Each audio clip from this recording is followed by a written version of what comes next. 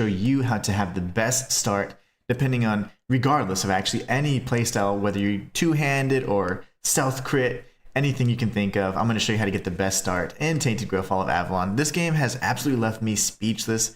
I have loved every second of the game that I have played. And if you're a big fan of anything like Oblivion or just Bethesda likes, if you will, then you're going to be a big fan of this game.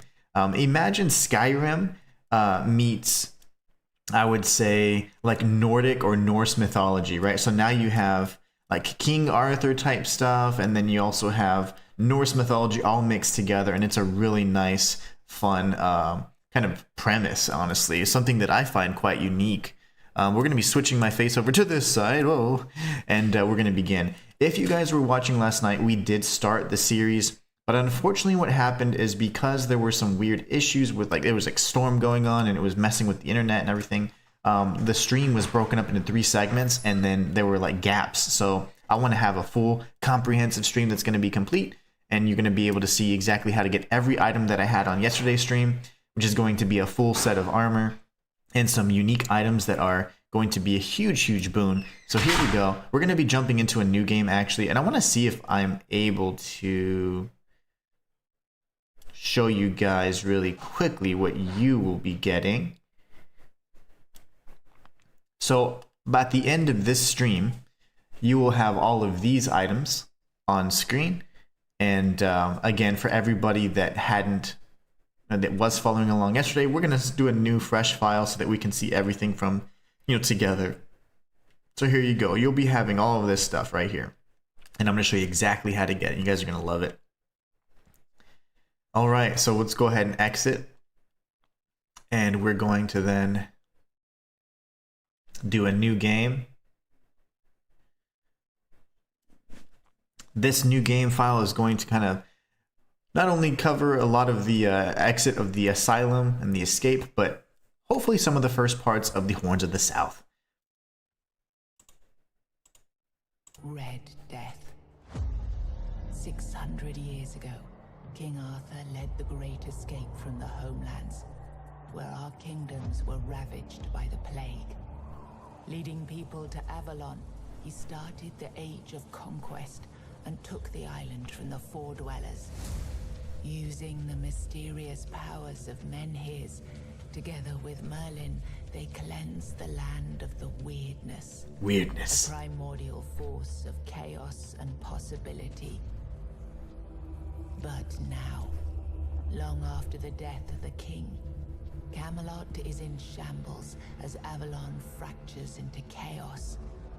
Old legends are gone, and the weirdness is creeping back into our lands. The bleeding heart of the plague has started beating once more.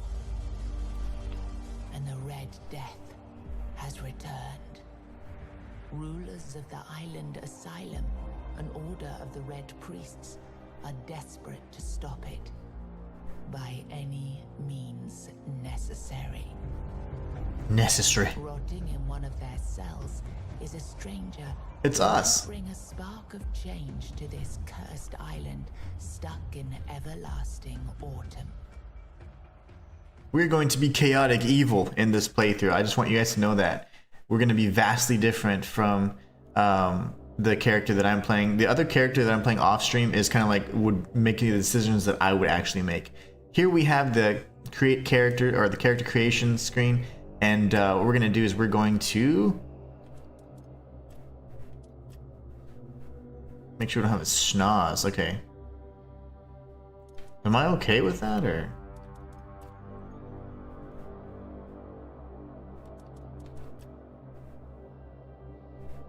He's just oldies.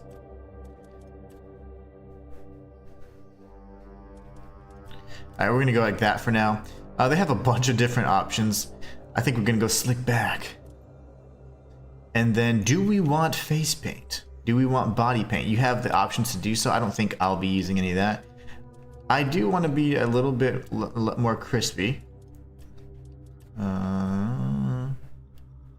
Okay. And then we're gonna go into all the good stuff, the facial hair and all that. Face details, we want that smooth face. Oh yeah, sexy. And then for the hair, we're gonna go black hair. For the beard, yes please. Bearded man. This is what I'll be. Obviously, you guys have seen my profile pic. You know that it gets there. I just shaved it all off because I was having like a panic attack the other week. Let's see here. Oh, we gotta be muscular. What is this? Dad bod. Ah, yes, that's more like it. Much better. I think we're good on the markings. On my other guy, I do have some markings. And this is gonna be the inhumane one, actually. Because we are going to be chaotic evil. So we're going to be making some questionable decisions here. And it only, I would say, for the sake of having a completely different experience, which there are so many differences just simply from the dialogue choices you make. So I'll be guiding you along the way to let you know kind of at least the options and outcomes that I know depending on the decisions you make. Here we have the difficulty selection. We're just going to go with adventure, which is like the balanced difficulty. And then once we begin, we'll be making a quick change to the sensitivity. Rise and shine.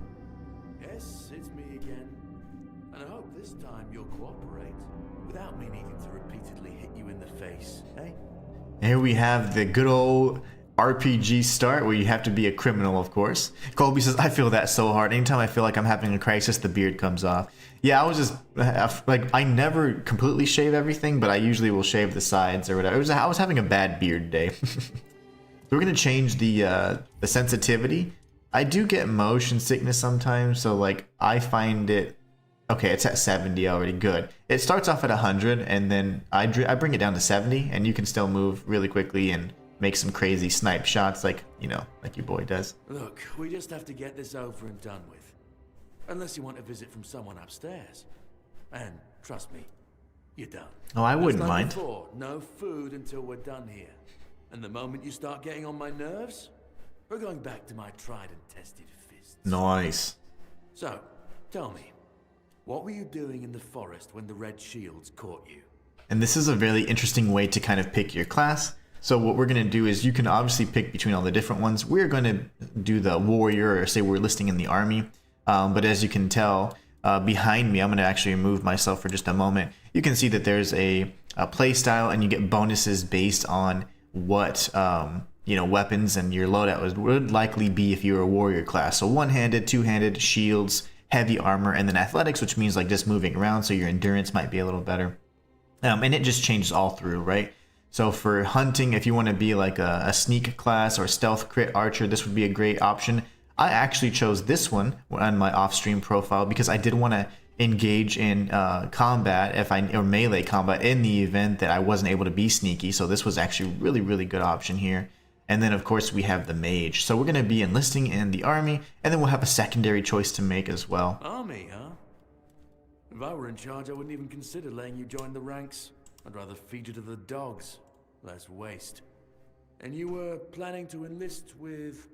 Not very nice, but you can actually tell them then at this point, oh, I was looking for the infantry, which would give us further bonuses towards like heavy armor, blocking, and one-handed. Or you can say, you know what, I'm actually, in the archer or battle mage, which is something that I was actually considering doing, or a healer.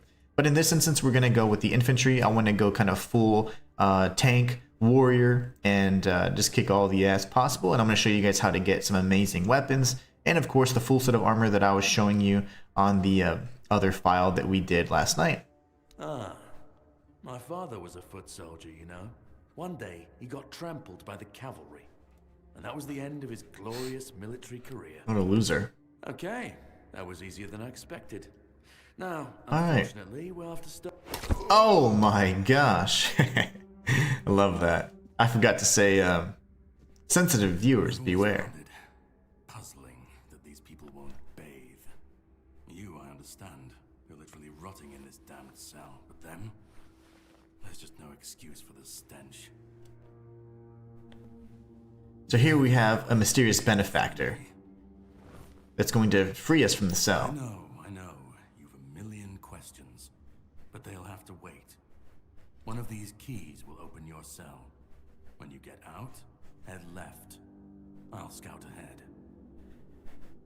Alright, so there we have an unnamed benefactor that's pretty much helped us get it free from this cell here. And what we're going to do is we're going to use the jail key. and then we're going to be grabbing these items right here. And what you do is when you look at the enemy, you can actually just take everything. Right now we're going to need everything we can get. We're going to open up the menu, and I'm going to show you guys kind of like a brief overview. So right now you can see our character, his skin is actually, you know, like it looks like it's infected, and he is, because we're infected with the Red Death. That is going to change here hopefully soon, as long as things go our way, and we'll have a different appearance. Of course, we'll be a little bit more healthy if things go right. So what we're going to do is going to kind of show you the general menu layout. So here is the inventory. Quick slots are going to be things that you can assign like health and throwables to. I typically don't have the consumables there unless it's like an actual meal that I've cooked. So there is cooking and crafting and things of that nature in this game. But I usually have either throwable weapons, or I have some things like cooked foods and even potions for like tough situations. Here we have our different loadouts. You have a total of 4 loadouts you can pick from a wheel in either live or in this menu here. And then you have all of your kind of slots for your different armor.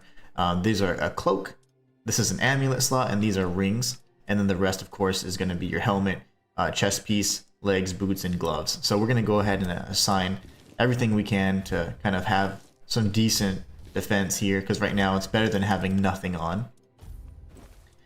And then we don't have any rings when you think that, but we do have a weapon that we can assign. This is the broken wooden club. And then if we wanted to kind of look even further, we did get the key. This will always show you the most recent items, and then every item you have, you can kind of toggle between the different categories as well. And then if we look at our quests, this is going to show us quests that we currently have that are going to be dedicated to the main quest. We have side quests and then miscellaneous. We also are going to be able to kind of toggle between the different types and which ones we've been completed, which ones we haven't completed and even failed. And then in the journal, you have a bestiary, kind of like a character log, and then you have lore, fishing, records, and then tutorials that you may have missed. So the unnamed guy, which I know his name by the way, he said to go left. We're actually not going to go left though first. We always want to challenge the dev intended path. So we're going to be making our way over here.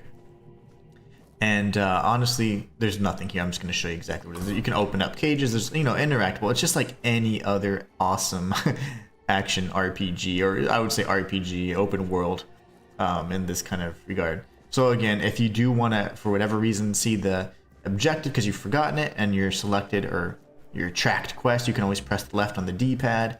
You can attack with R2. I am playing on the PlayStation, so obviously you just need to adjust for the controls. You can hold it for a heavy attack, and then you can block with L2.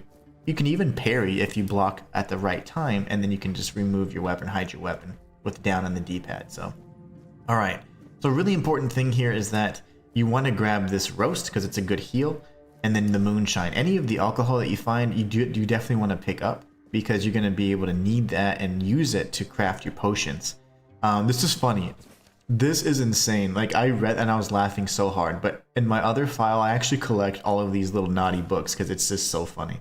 And we're going to be picking up all these things here. We don't have any lockpicks just yet, but you saw that we picked up a Menhir figurine. The Menhir figurines are actually pretty important because they actually give you permanent boons to your health and other stats. So the thing is, just by picking them up isn't enough. It's not like a bobblehead or anything. You actually have to consume it. So we're going to consume this, and already we have +5 max health. So you're welcome. And then what we'll be doing is grabbing that arrow, because why not? We have the guard's key and his coin, and he's going to have, of course, a set of armor that's in various conditions. So funny thing is, looks like they started sketching the Ileana or whatever. So that's like the first sketch. I love that. And then it ended up becoming way, way better. It's like he got a lot better at drawing. This game is definitely giving Skyrim. It's literally Skyrim with like also like King Arthur, and everybody kind of has Norse mythology mixed in there. But so you want to pick up the soup, and we want to read this so we can pick up a recipe. And then now we have our recipe for cooking. This is fantastic. Pick up the lockpick, all the groats and oats and flour. And then if you wanted to, you could actually cook something. And we're going to make a few meals. I say you pick up just about everything. And of all the ingredients, the most important is really going to be like things like flour, your meat component, and then like a veggie, just like in real life. So here we have the ability to just randomly craft something based on our cooking level. And we could cook something that's really nasty, or if we have a recipe, we can actually make something yummy, like mashed potatoes, for example. So we can craft, and there you go. Now we have some mashed potatoes. We could also cook a bunch of different stuff, and you have recipes that you can find all throughout the world. So really good stuff there. We're going to continue along the way, and I'm going to take it nice and slow. I'm going to show you the exact path you want to take as well. We can use the jail key to kind of see all these empty jail cells. Some of them do have some good stuff, like this one, for example. This one had the Inhumane one. Age unknown, male, King's Road, Red Death Stage 2.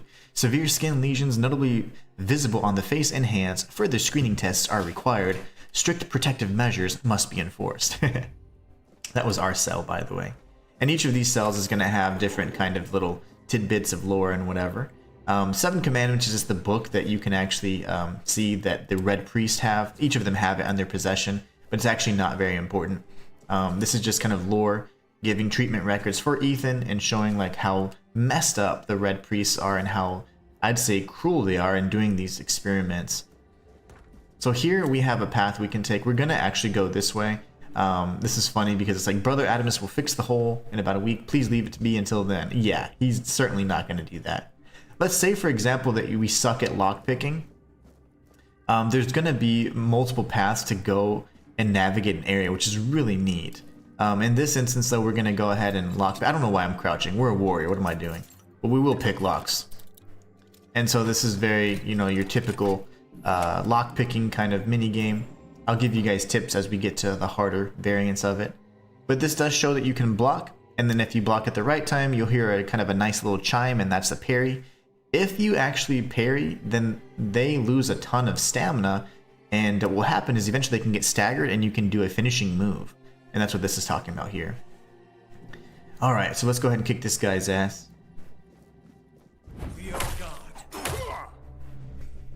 I'll try and parry. There you go, we got him. Alright, so we can pick up the coin and the dagger. He does have a set of Red Priest gear, but it's really not too important. We'll take the brain, because we will be doing some alchemy, getting some potions and things like that going. And then there's a knife here, like a little amputation type knife, and yeah, those can actually be used as a dagger or a weapon if you want.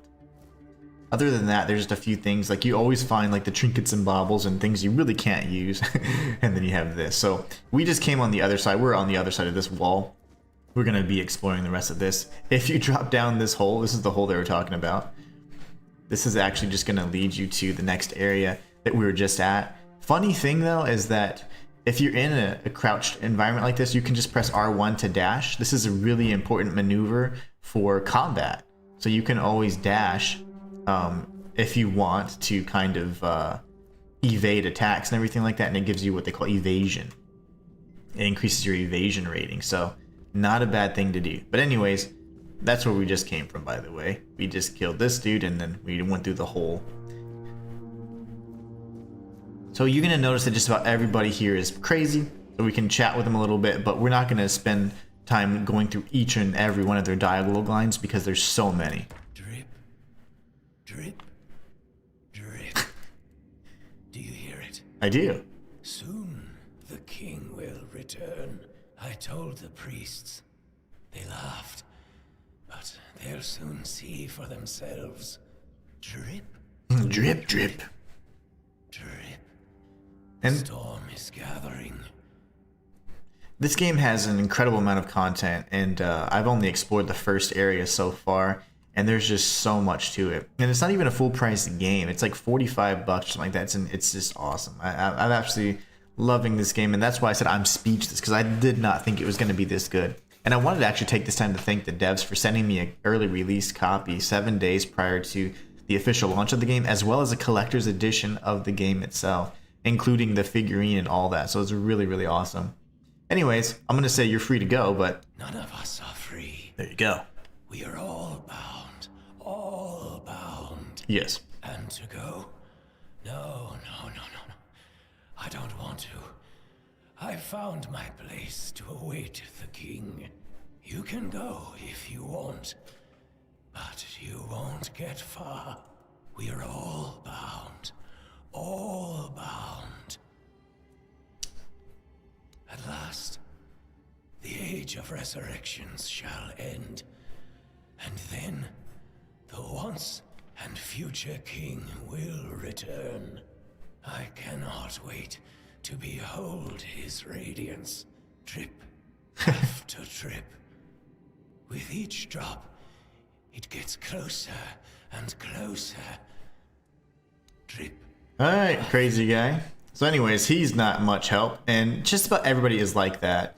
You're gonna see that this woman here has been tortured so much that and experimented on that she honestly is just in a state where she believes that like they're helping her. So we're gonna chat with her for a bit as well. Remember, we are chaotic, kind of evil in this file, so Do you see what a miracle I am? I see them thighs, girl. Healed. Healed. I am no longer sick. The depths filled with the weirdness. Oh, and a chamber. It was rather dreadful, I must admit. They left me here for some time. I can't quite remember. I felt everything within me turn inside out, then settle back into place once more. I thought I was dying, but now all is well. The worst is behind me. You don't need to help me. The Red Priests already did. They cured me. Thanks to them, I feel just fine now. I hope the same fate awaits you and you'll no longer suffer. Have a nice day, kind So she's kind of gone loopy, and it's unfortunate because like the Red Priests are stating that they're here to help and to help cure and find a solution, but they're honestly not doing that at all. This is the one where the lock is broken, where the hole was. We can use the jail key to open this as well. You do want to spend time exploring as much as possible in a game like this. You can get things like the potions, and you can read notes that could lead to different quests. And if not, they just give you kind of lore, which is always fun for me. And if you're playing this kind of game, you certainly know. So here we'll pick up the coin, and we're going to go ahead and jump in. So if you turn immediately to your right, you can see there's a cracked shield here, and you can use that. If you ever see sage or anything like it, you want to pick it up because that is also a component needed to make your potions. Honey is going to be really nice for the any food type of things. You can always kind of enhance the food with that. And then you do want to pick up any alcohol because you're going to need that as the base for your potions. So anyways, from here, what I normally do is actually start to the left and just pick up all this. Right now, you're going to need things like the wines and the onions and garlic, always going to be huge. You have a full set of clothing here you can pick from, but I pick up the onions and the meats. The meats are going to allow us to actually craft some foods here before long. And then we can pick up this old letter here. If we read it, more often than not, we're going to be getting quests. So we can actually look to see, and track a quest if we want. You can open up this casket. I always start from immediately, I'd say 12 o'clock if you look at it like the face of a clock. And if that doesn't work, then you start from another side. So this didn't work, this didn't work, so then we're going to go out to this side. And so essentially it's a foolproof way to guarantee you're going to open the chest, or at least have a good idea of where the opening is. But anyways, we're going to grab all these ingredients for now. And then here we're going to have like our first big encounter. So what I am going to do is actually see if I have any heals or food items, because we're going to want to have them equipped. I don't want to have this equipped necessarily because the roast is actually a nice heal. I'd prefer to have something a little bit smaller. So maybe the mashed potatoes, and then maybe like the potions. That would be nice. So I'll go ahead and take the mashed potatoes right now, and then we can jump into this and apply our potions. And you can toggle through by pressing the right stick. So one thing I didn't do is I didn't apply my shield. But what I'd like to do in melee combat is I like to strike and then evade. And make sure that you don't strike until you're out of stamina and then try and evade, because you will be out before long. And then here you can get things like monster blood and whatever else. I am going to actually go ahead and apply the shield. And let's see the damage we have here. Dagger does a little bit more damage, so maybe we go with the dagger for now. So what we'll do is we'll actually apply the dagger here. We're going to unequip this. unequip this, and then we'll put this in our left hand. And you can dual wield in this game, so we have a little bit more damage with this dagger. We're gonna go to the right first and clear out all the enemies, and then we'll be heading this way, and I'll show you how to progress a little bit further. All right, come on, brothers. Try and kite these enemies. They do get a little aggressive. And they can leap like crazy, so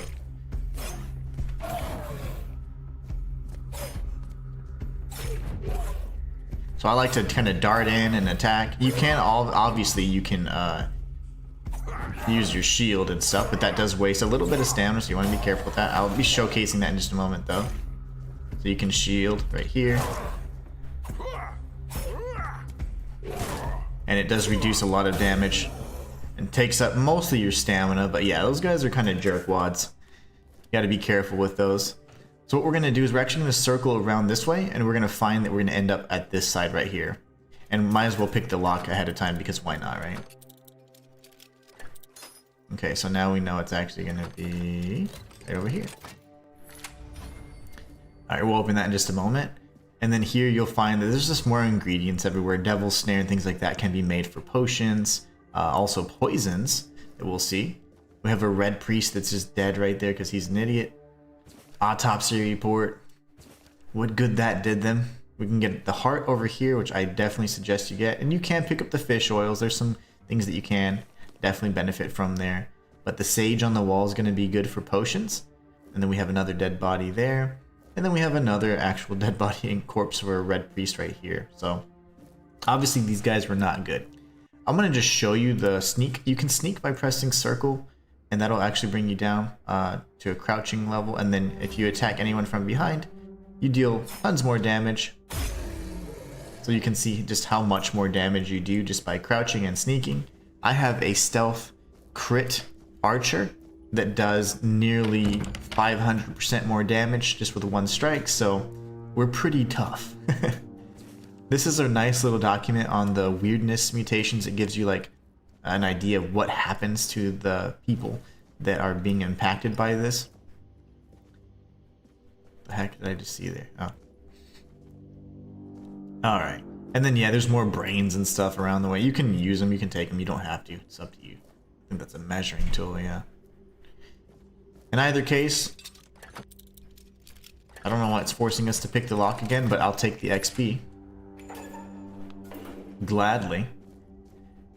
And then we can go in here. There's going to be even more kind of tragedy. We'll come back this way. And then when we come inside, we'll see that they've been messing around with a woman that was pregnant, unfortunately, and contracted the Red Death. So pretty much these guys are just evil, evil people. They're not good at all. Anyways, this is the scene and what happened after the fact. Not nice. So that's why I don't like the Red Priests. That's one of the reasons anyways, one of the many reasons. So what we're going to be doing next is if you just go through, it's so easy to miss some of these amazing secrets and details, but what you want to do is pick up this pickaxe. And with the pickaxe, now you have the ability to mine some rocks. This is actually going to be a way to open up secret passages in a number of dungeons we're going to be exploring. And it's so easy to miss. So here we go. You have the wheel if you hold L1, and you can then equip your weapons.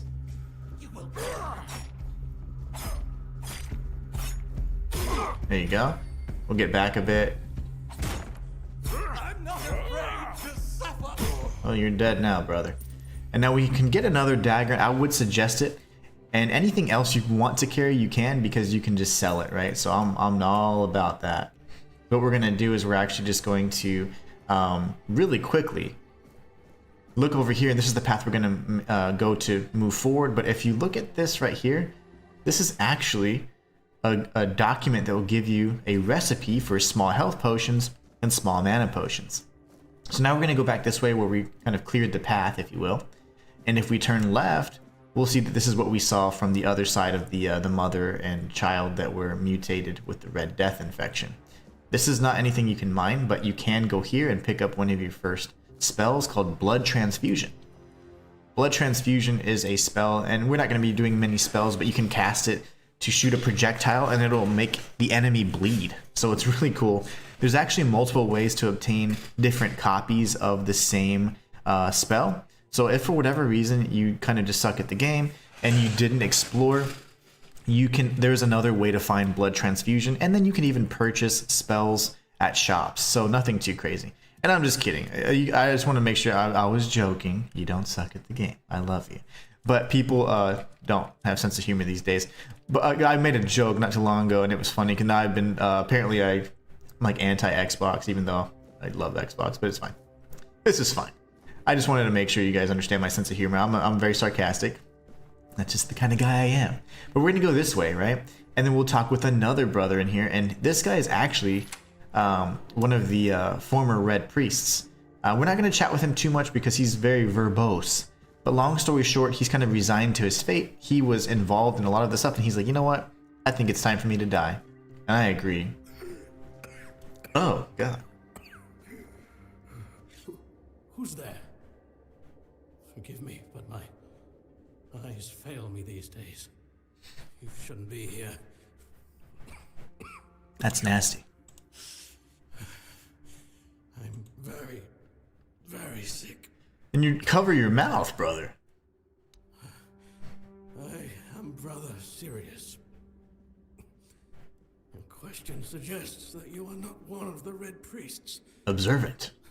Did you escape yourself? You really should have stayed there. We can't let the plague spread any further. Although, I understand. All of it. The patience. The madness around. Somewhere along the way, we lost ourselves. The mission to find a cure became a burden. Exactly. Now you're I don't know jerks. who you are, but I'm so sorry for all that we've done.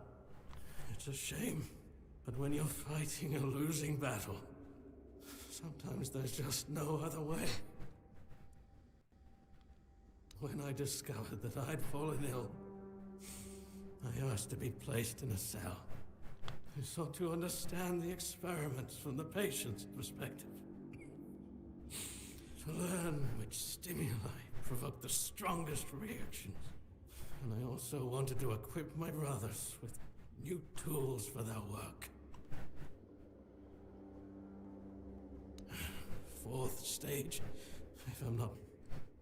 We've identified 6, so I'm not far from my end. The first stage is the most treacherous, when the symptoms are almost invisible. But that's when the disease spreads fastest. It was the same with me.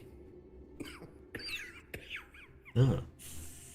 From the second to fourth stages, the symptoms become visible. Fever, tooth loss, painful sores, festering wounds that won't heal. The last 2 stages are visceral, the worst possible. The victim's insides burn up, turning to mush. The brain starts to die, and the body becomes a mindless shell. That's what's ahead of me. It happens. We've had some success treating it up to the 4th stage. But it's still a gamble. Sometimes we manage to push the disease from stage 3 back to stage 1, only to see it jump to stage 5 as soon as treatment stops. We believe that with the weirdness, we could eliminate this randomness. The weirdness, my child, is pure potential. That's the theory. In practice, we tried to direct its power where we needed it most. The effects, shall we say, varied. May the prophet's word. So yeah, essentially they failed in their, promised to try and find a cure, and instead they just resorted to trying to embrace the power of the weirdness and using that. And that's not good. That's not nice. We're going to pick up this sage over here, and then anything else we can find that's of use. All these fibers and eggs and all that can be used for crafting all kinds of stuff. So we want to get the oats. Oats and flour are going to be the hardest things to find out in the wilderness. Here we have another book we can read as well. And then if we go in here, we're going to find that there's a brother over here as well. Red Priest, we're going to go ahead and take him out.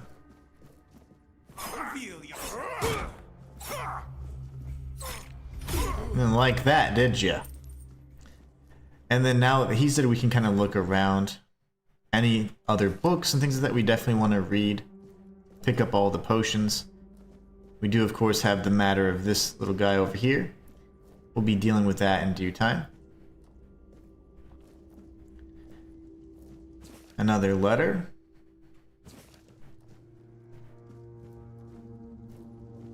Pick up the spirits, because why not?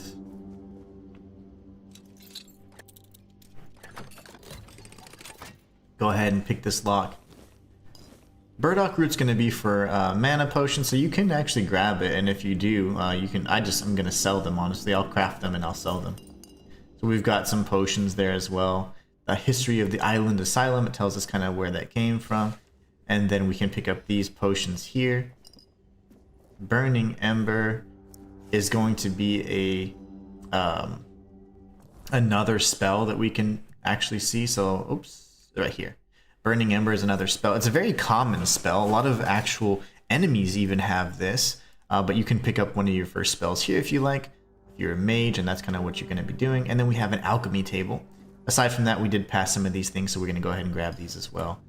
We'll go ahead and grab everything for now. There's no need to be choosy, right? And then I'll, of course, be showing you where this path leads. There are so many different pathways that lead to the same areas, and they all kind of converge on the same paths, but I'm going to show you where they lead to. And it's going to be great. You guys are going to love it. So let's go ahead and speak with Ninian really quickly. You're not one of them. Please, free me. But that's not the freedom I need. You have to kill me. And when it's done, please, take my tags to the Horns of the South. Let Fergus know I didn't run. He's the quartermaster of the Horns of the South. It's a keep. If you make it out, you should be able to see its lighthouses from the beach. So, essentially, we can make a few different choices, but we are going to go ahead and kill him. Honestly, it's merciful one, but we are going to be killing as many NPCs as possible as it is anyways, at least from a dialogue perspective. We're going to be playing, like I said, kind of like chaotic evil, if you will. I understand your pain. Close your eyes. Thank you. May the All-Mother bless you. So he was a keeper. That's kind of like a soldier of the keep of the Horns of the South. And so he said, hey, kill me. And then take my tags. And I'm also going to take his pants because these pants have a little bit better armor. So what we're going to do is we're going to have a higher armor rating now. These pants here, you see that when you compare the two, we only have the one armor. But even the Torn Keeper pants have a little bit better armor. So we'll certainly be using those instead. So now it looks like we're in great shape. If we try and open this door, we're going to find that we don't have the laboratory key. And we'll be heading this way in just a moment. I'll show you. Just keep mind of that little hole. We're going to be going back the way we came. Remember that we actually kind of excavated a hole through the wall here. So we'll be going this way. And guess what? This is the other side of the laboratory door. So on the other side of this is Ninian's dead body. So as we walk down the stairs, we're actually going to hear some dialogue about people talking about how easy it is to make potions and how they suck at doing that. But you get the laboratory key from this body right here as well. So all we can do is, if you want, you just go ahead and pop it open, and then you can see that this is the this is kind of the exact same area here that we were just in. So keep in mind that that area that I told you about that had the tunnel, right? The little tunnel. We're going to be circling back to that in just a few moments. And just so that you know, that tunnel actually opens up right here. So we're going to move forward this way, and then we're going to try and do some work and kill those guys. But first things first, I want to show you guys another pathway. So if you go this way, you're going to think this is a dead end. This will actually be an opening for much later that ties everything together and leads us to the exit. As you approach this area here, you're going to see there's a shovel. You definitely want to pick up the shovel. And then if you look down here, this is where we do not want to go just yet, because this is how you progress to the end of the game. So this is at a point where I say you go ahead and go back, and then we're going to go down into that other area through this tunnel here, okay? So I just kind of like to piece the whole level design together for you guys, because not only is that one of my favorite things to kind of learn in a game, but it also is a great way to test, like, how well designed is it? And this is obviously a great game. It's designed quite well. There's so much content, and it's so much fun. Okay, so here, just so you know, there's going to be a pathway that's going to lead to this little gentleman right here.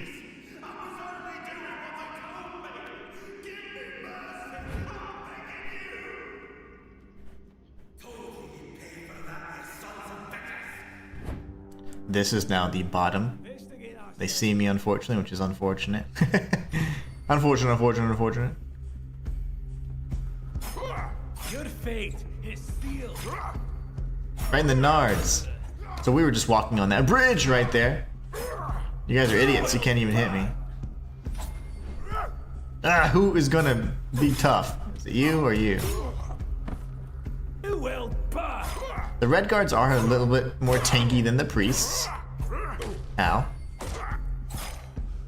I am Boy. the prophet's hammer. Die. So there's a good wooden club, not a broken wooden club anymore. And then we have, of course, these enemies here. Take their coins. You can take whatever else pleases you. And that's the opening of this area. You can come this way. And honestly, it's not a bad thing to try to come from this pathway. I don't mind it at all. There's two pathways you can actually come from in this area, but this one's good too. What I'm gonna do though is kind of come over to this side though, and you're gonna see that there's like monster blood clots and monster blood and things that you can take if you want. It's gonna be useful here soon because it's an ingredient you can take.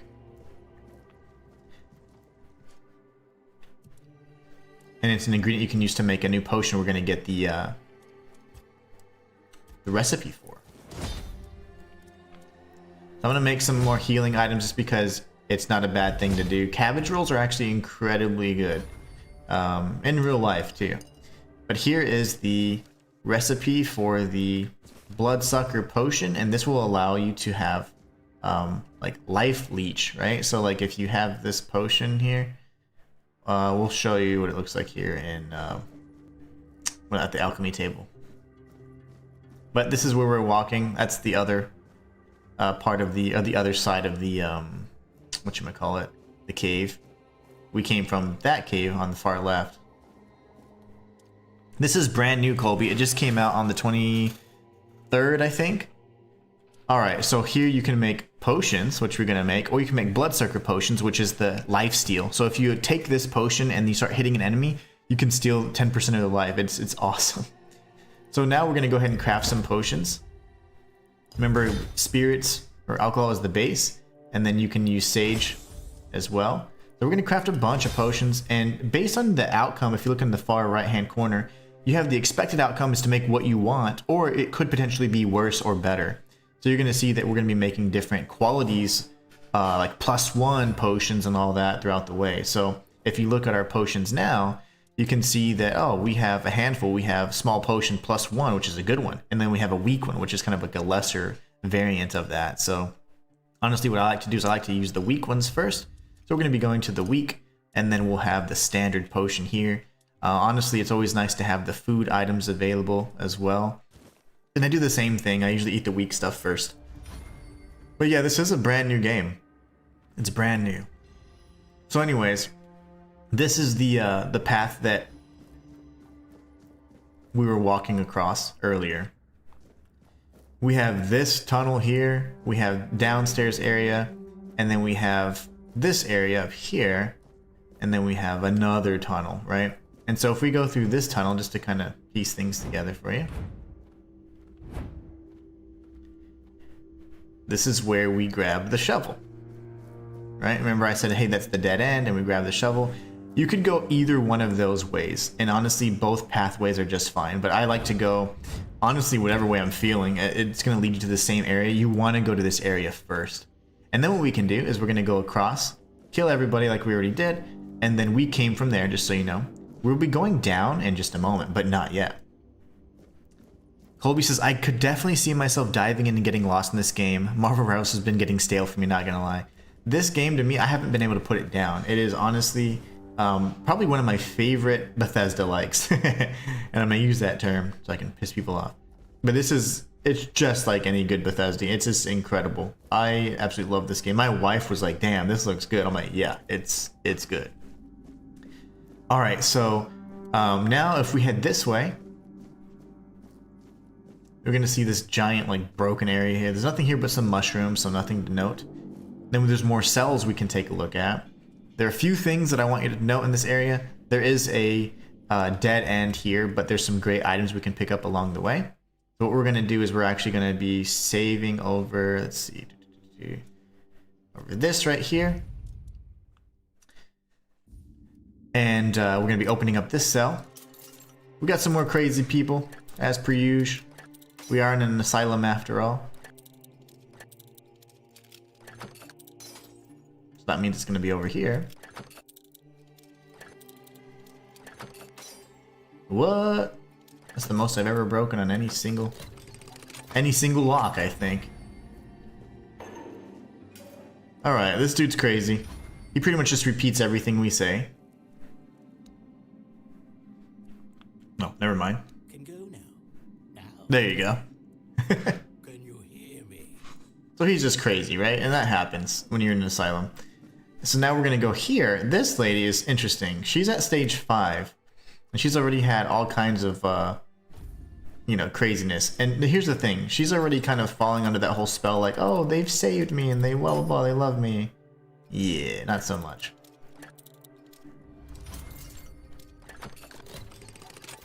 Alright. So we're going to talk to Daiga. You're not a priest. Get out of here. Go away before they see you with me. And I'll say the priests can't hurt you if they're dead. What did you do? You monster. Oh my gosh, so she's ready. Oh my gosh, she's ready. Daiga, you crazy woman. I just shield bashed her brain out. But I mean, it's like, don't do that, you know? So anyways, if you can see behind me, my health bar is healing slowly over time because I just consumed a food item. So food items are going to heal over time, and that gray bar will fill up. If it makes more sense, I could move myself over here. Let's see. Over here. I don't know if that helps anymore, but we can go with that for now. And if for whatever reason they were blocking other things, like here we're just blocking my wheel of items, so that's not as important, I suppose. But yeah, Daiga was crazy. And yeah, she's dead now. She's dead now. I don't know if it much matters. I don't know. I'm going to stick over here. If you guys really want to see my health and whatever else, it's fine. But this is like not that kind of game. So if we pick this lock here, we're going to find something that's really important.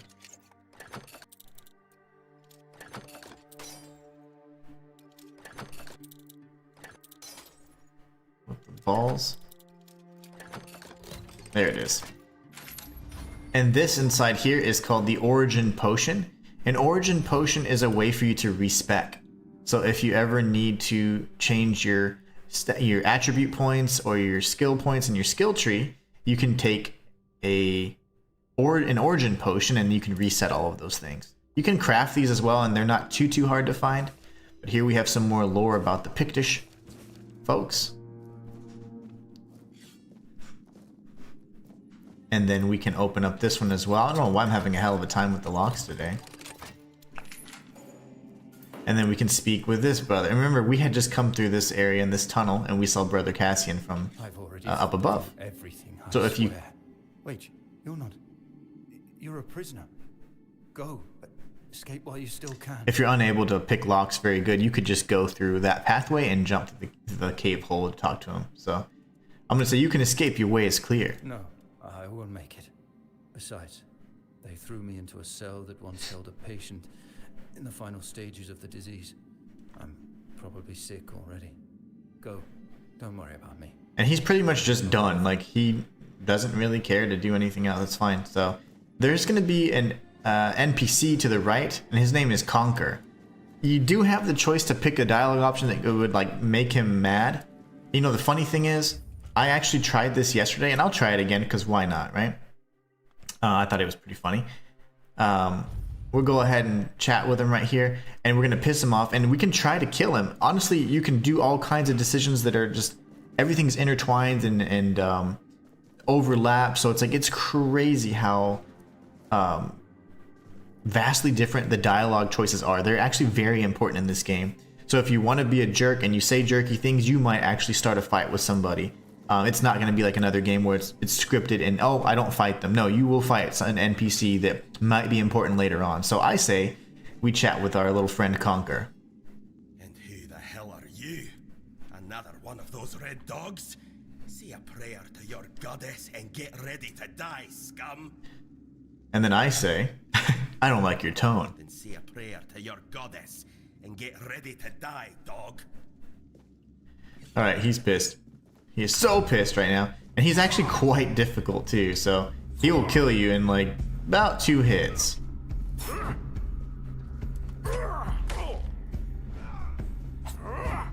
And he dodges like crazy. Yesterday we got pretty close to killing him actually.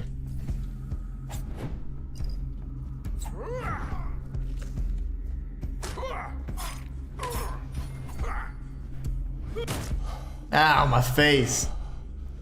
Yep, I was out of stamina. So that's how hard it is, right? He's actually pretty challenging.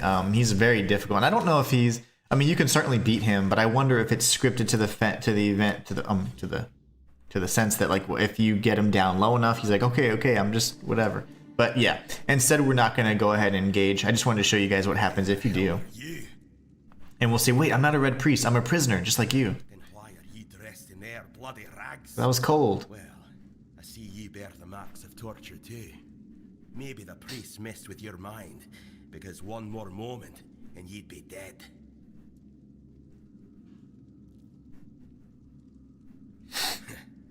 It didn't break your spirit, I see. That's good. But save your strength for the red pricks if you want to make it out of this place. Nothing good. They thought they'd break me fast, like some Camelotian wimp. Big mistake on their part. Besides, I doubt they were waking you up with a kiss on your forehead either. Conquer, from the Dalriata pup, if you hadn't already guessed that much. Really? Now's a good time for a chat. You think the red pricks will just wait around while we gab? If you make it to the Forlorn Swords, you'll meet the tribes. Right now, you'd better focus on getting your arse out of here. I don't know. Barely saw anything, because I was either knocked out or had blood in my eyes. You're lucky to have someone risking their own arse to help you out. Alright, so we can just leave. Time for a chinwag. Just get the hell out of here. And what we can do now is we can kind of explore the rest. So these guys are all dead, and pretty much they're all looted as well. So there's not too much that we can really benefit from. But anyways, the dude's crazy strong. This was his cage, or this is his jail cell. He broke out and killed everybody. So he is not somebody to be trifled with. He's actually quite strong. You saw how strong he was. In last night's stream, we tried kicking his ass, but man, he was just we had him down to like half health, but he can kill you in 2 hits. So, and we don't have tons of stamina, so it was a tough fight. Lots of fun though. But anyways, we can come in here. This guy is kind of strange as well. He's very like, oh well, you know, fate and whatever. I don't know why we're losing so many lockpicks today, but that's fine. He's kind of just all about like, well, things are what they are. Very brave of you, I must say. Escape? Me?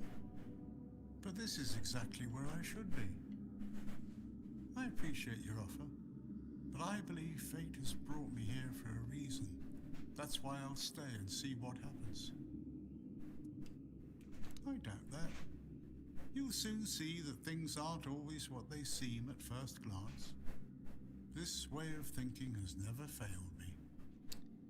And that's essentially all he really talks about. So he's just a crazy guy. He's in stage 3, but for whatever reason, I don't see any actual damage to his skin. So that's really interesting. But I want you to remember him, or at least his character model. Commit that to memory. Alright. We picked up a spear as well in the event that we need one. And then here we have a Bugane, or Bugane, or Bugatti. And these are essentially, in my head, I'm going to trick myself, they're not rats, they are mole rats, okay? So it's different. And so when we go in here, we can find some goodies. Damn, I keep breaking. Oh, I did not break this many yesterday, that's for sure. Alright, so here we have the Bugane. We're going to go ahead and pick it up because that's probably a good alchemical ingredient. And it's a big, ugly bastard. And then we're going to pick up the lesser ring from the Red Priest. If we look at the lesser ring, it's going to increase our health by +5. So we can go into our equipment and we can assign our first ring. So now we have +10 health. So I've already shown you how to get +10 health. And guess what? It's only going to get better. So now we're going to go this way. Remember that we came from here and I said this was a dead end. We talked. Oh god, that scared the bejeebies out of me.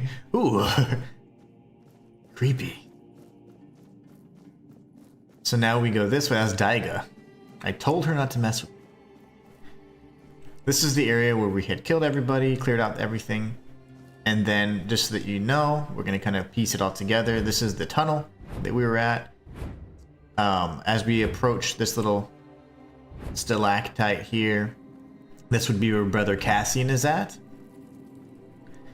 And then as we continue up,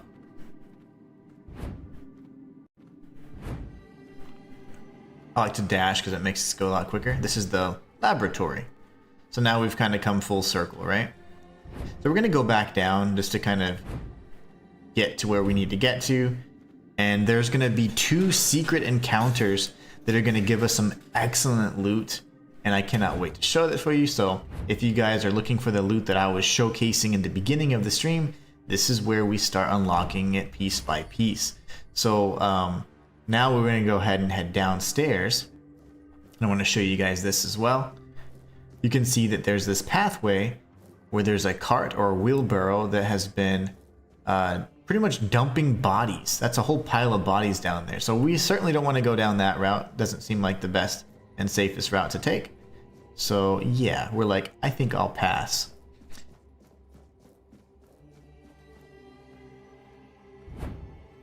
So we're gonna make our way over here instead, and this is now the same path that we got the shovel from earlier. We're gonna make our way down instead.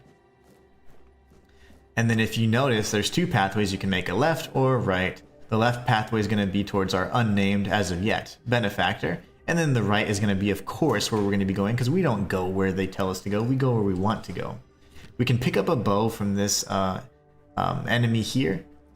If you need to rest, you certainly can. Resting is important. There are day and night cycles in this game, and night cycles in particular are going to be incredibly dangerous, but very rewarding in terms of loot.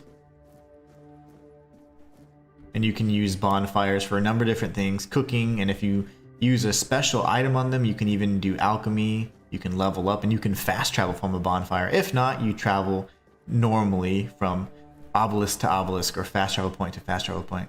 So here we see this little opening. This is actually something we're going to be exploring in just a moment. But for now, what we're going to do is we're going to save. I have so many saves right now, I'm going to get me a little mixed up. I'm going to assume it's this one. I'm going to get rid of some of these.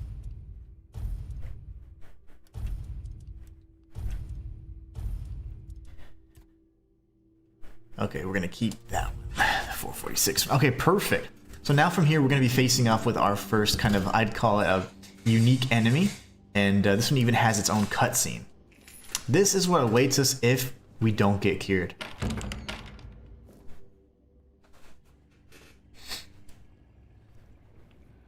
And you can see it looks like he has a nice little chest plate on.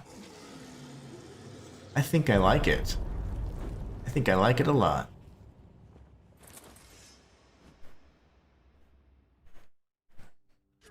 Alright, so now we have this enemy here. Wailing Effigy. We have to be careful here. Make sure that we don't get damaged.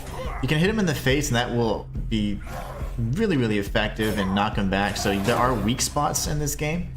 So if you hit an enemy's weak spot, you're very likely to stun them and do bonus damage. There's a lot of builds kind of that work around that as well. Definitely want to use the evasion and the dodge every time you can. We'll take out the Wailing Effigy, and then we can get this here, his sword and his unique armor. You will not find that armor anywhere else.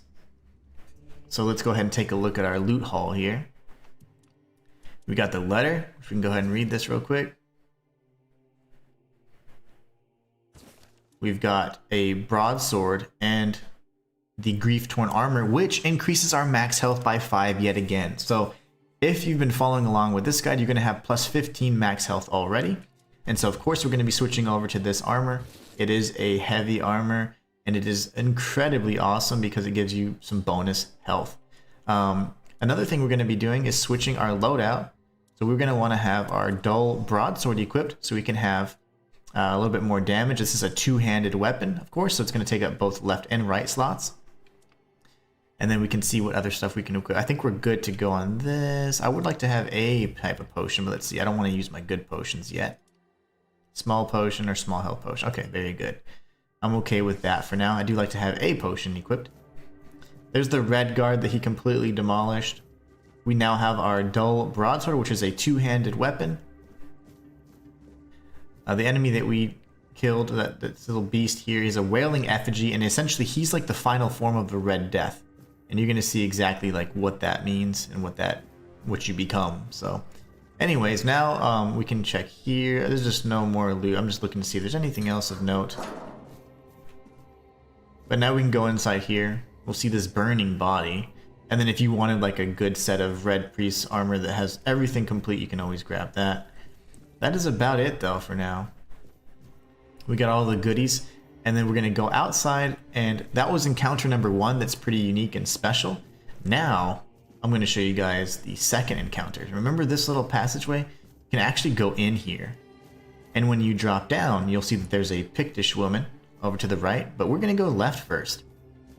And if you remember, this was the pile of corpses and bodies that was being dumped from above. So up above is that wheelbarrow. So what we're going to do is we're actually going to pick this lock here.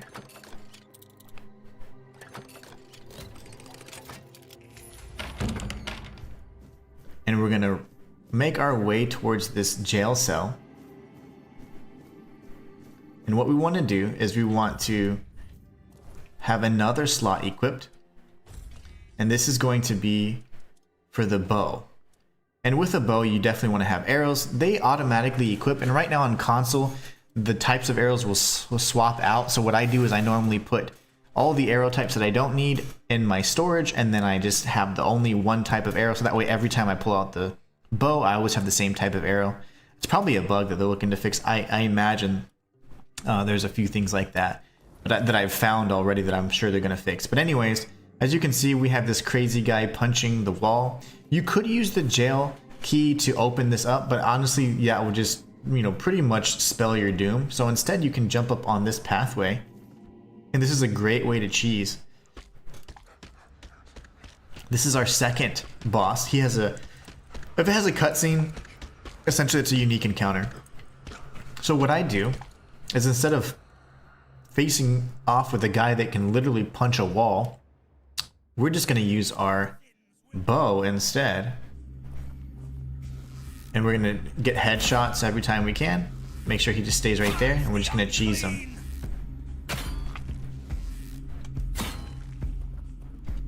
This is a great cheese, because trust me, you do not want to fight him.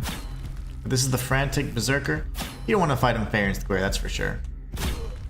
So now that we've defeated this enemy, we can switch back to our dull broadsword. and then we can actually loot him. We get all the broken arrows, which you can use to then make more arrows, Athlete's Pride ring, and the Thorn helmet. You don't really need any of this other armor, but what I am going to show you is this incredible piece of armor we can now equip, which is going to be the Thorn helmet. The Thorn helmet makes it to where if you receive any melee damage, you deal 5 physical damage back to whoever is hitting you. This is crazy, and it looks sick. And then other than that, we're going to equip the other ring that we got, Athlete's Pride, so now our max stamina is increased by +5. So we're having an excellent start, and like I said, if you've been following along with the guide, you're going to have all of this armor already, and within an hour, if you took it as slow as I did, with all the exposition and all the explanation, you'll have all of this stuff. Before you even leave the prison, you will have everything you need to have, +15 health, +5 stamina, an excellent piece of armor and equipment, and already beyond like just the lowest level of gear, you already have upgraded gear. And you look badass, which in my opinion is the most important thing of any game. So really, really fun stuff. Loving that. What a great start already. So now we're going to go ahead and leave this area. You can open this up. It actually doesn't do anything. But yeah, so that guy was tough. And fighting him face to face is not advised. I strongly suggest using the method that I showed you there. And the game has so many cool things like that that you can use to your advantage. And I encourage you to always explore them. So here we have this Pictish woman. We're going to help her out here. Stay back. I may not be in top shape, but I can tear you to pieces if I have to. And we'll say, here, this should speed up your healing. And we're going to give her a small health potion. I admit that the past few weeks have made me hate the taste. Still, thank you. There isn't much kindness going around this place. It wouldn't be very gracious of me not to repay it, would it? Take this. It might prove useful for you. So, you escaped too? Huh. They're having quite a day. Good. I hope it gets even worse. This whole place is mad. From a safe distance this time. I didn't touch anything. The dialogue just skipped. Anyways, you're saying that it'll devour them. So essentially the fact that they're dabbling with the weirdness, that's essentially going to be their downfall. They play with powers they don't understand. Trying to wrangle the weirdness into obedience is a fool's dream. The weirdness might listen, but blind obedience is not in its nature. Same as you, I guess. Wrong time, wrong place. I was wandering through Kunakt and got caught in an outbreak. I was kept with the rest at first, but when they figured out I was a Pict, well, then I deserved special treatment. One of the priests took me to a place so thick with weirdness, it scared me. I needed to get away, otherwise, I don't know what would have happened. I just know whatever it wasn't for me. Why indeed? Why do you have horns on your Perhaps head? it's a test of patience. My hair tangles mercilessly around them. I even need to wear head wraps to hide them. I hate wearing head wraps. Alright, so that's about all we can do for her. We did give her a potion, but she gave us a lesser mana ring. So this is like for any of the spellcasters. You can have +10 max mana, which is not bad. So now we're going to be working our way over here. This is the way out. And if you recall, and if you were paying attention in the beginning, I said, there's going to be an area that looks like a dead end. And I said, but trust me, it is not. Did you trust me? If we go here, we open this door, and then we're right back through this area that had the cloth hanging over it, the curtain or the banner. And then now this is where we obtained the shovel, and this is where we deviated from the path. If we go downstairs, that's where we grabbed our bow, that's where the benefactor was, and that's where we fought both of the secret bosses. So now if we come this way, we can speak with this guy. His name's Caradoc, by the way. But I understand. I did too, when I was leaving this place for the first time. You have to admit that the Red Priests are quite resourceful. At least when it comes to death and dying. Alright, so we say, who are you? Great question, truly. But in case you hadn't noticed, we're still within the walls of the island asylum. When we're out, then we can talk. I'm told this path leads to the beach. I'll wait for you there until dusk. Good luck.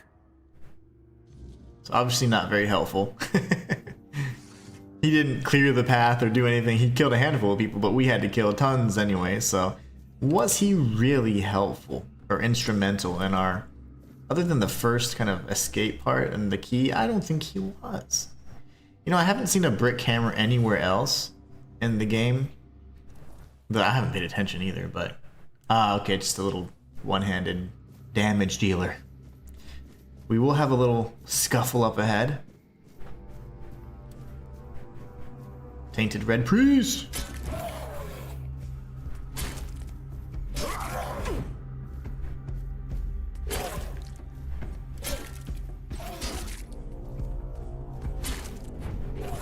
Back away.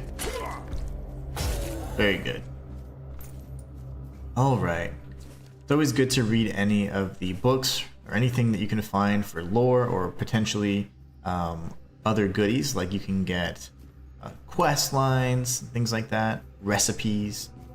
So we're going to pick up the weird plasm, just a good alchemical ingredient. And then we're going to see that there is like this pathway that obviously is an incomplete bridge, so that's unfortunate. And then we have this over here that's completely blocked off. We come back around though, we have some more lore. So nothing too crazy, nothing too special. We can interact with this, but it doesn't actually form the bridge. It just kind of starts to form it and then it dissipates. So we really don't have any choice but then to turn here. So here we can grab another bow and more arrows if we need to. I'll just grab the arrows for now. Another shovel if you needed it, if you skipped them. I suggest by now, if you haven't picked up a shovel, that you pick one up, damn it, because I've shown you 3 locations, or 4 for shovels, and there's another one. So pick up the shovels. Pick up the shovels, pick up the pickaxes, the woodcutter's axes, and all those things, any tools. We're gonna have another little scuffle up here. Pick up the weird plasma if you can before. There you go, I see him. He's not engaging. Why not?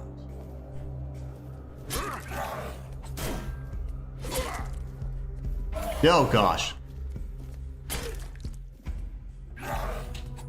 Parry. That's a good parry. Oh, he died.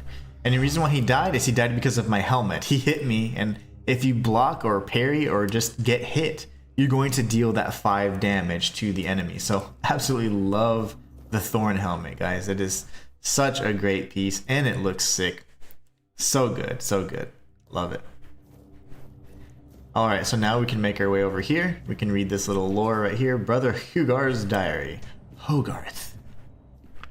This here is a menhir, a statue of that thing we consumed when we left our cell. These are very mysterious kind of beings that are used to, you know, dispel the weirdness, essentially.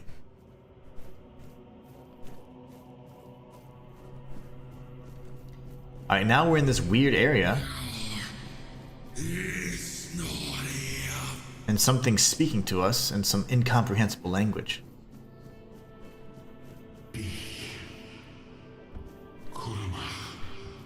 As it continues to try and speak to us, we get a little bit more understanding of what it's trying to say.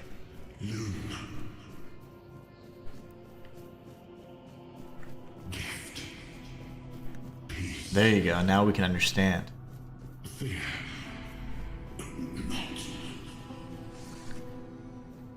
Remember, we're still ill. You can see from our hands, they're completely infected. We're going to talk to this light. A long time for someone to find me.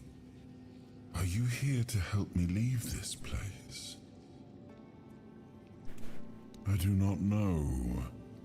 I think it is some kind of prison, deep in the weirdness. I wish I could answer. I cannot remember. I know I am not complete. I remember I once knew who I was at some point, but I do not anymore. I just am. And you? Why are you here? Are men here? That would explain the weirdness surrounding us. But walk with me. Let's find out together, now that I'm free.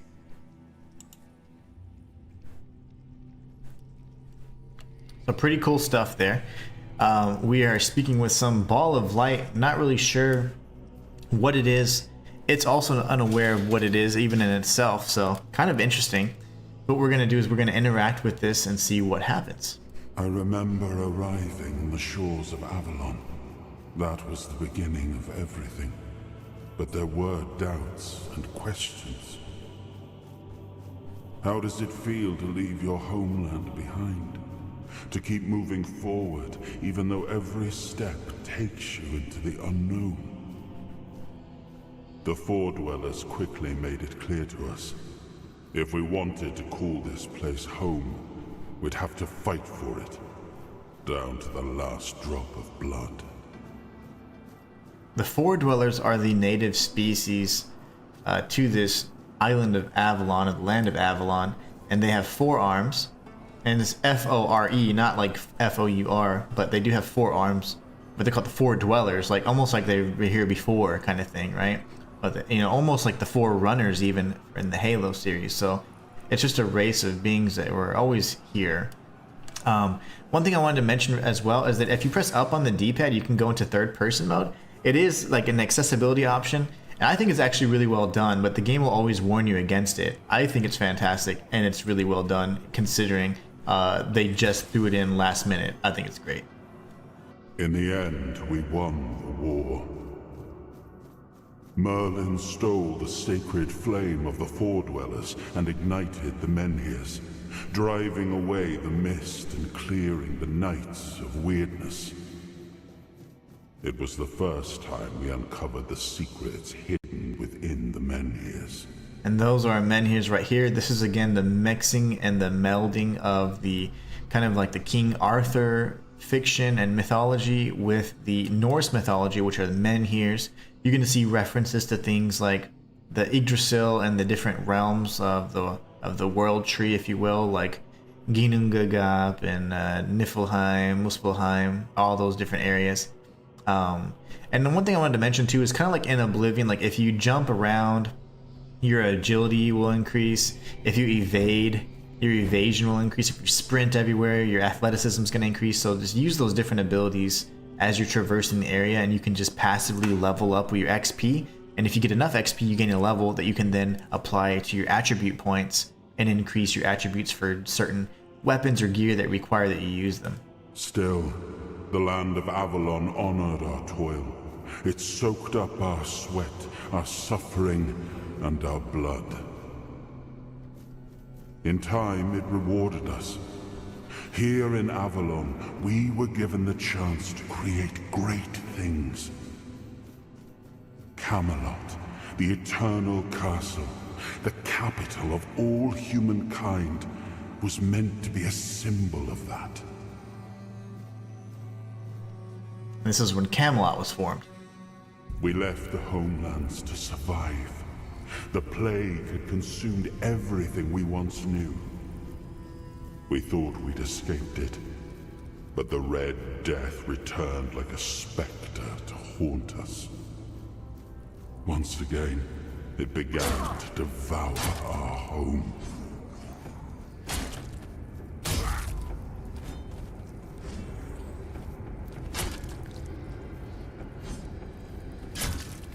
This is what the Red Death looked like back at the homelands before they left and pretty much conquered Avalon.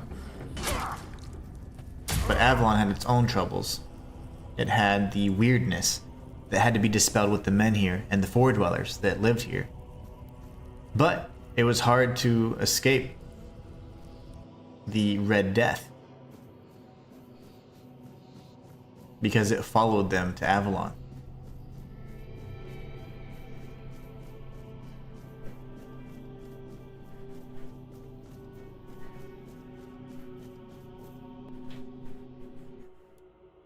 So now we're gonna find ourselves in a chamber, and this is one of like the coolest cutscenes, honestly.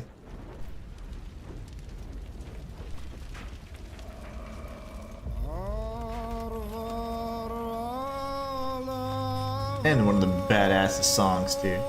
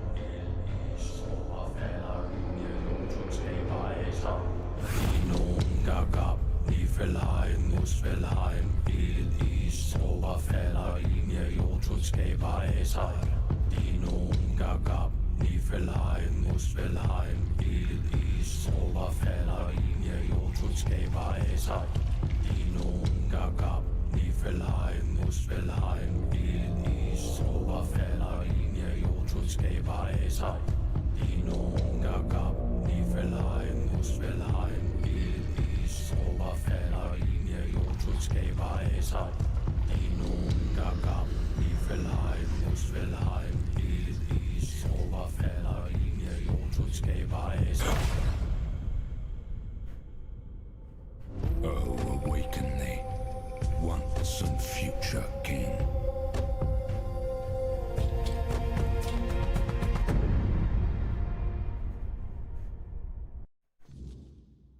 All right, so that was like the awesome little cutscene. I love that song. I danced that song like pretty much every time they turned the game on.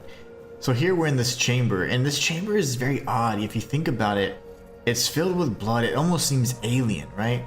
Like something that was not human created this, and somehow we have seemingly seems to be King Arthur with Excalibur kind of at the center of it all. I am his hunger, the craving for what was beyond reach.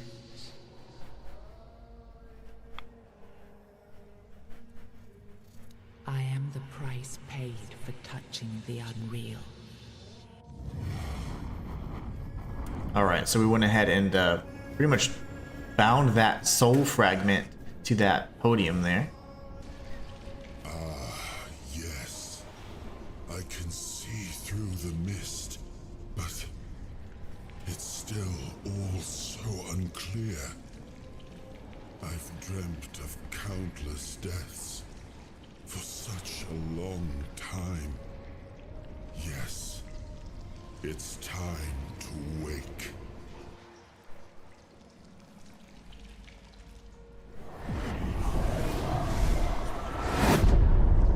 I am Arthur Pendragon. I led humans to Avalon shores.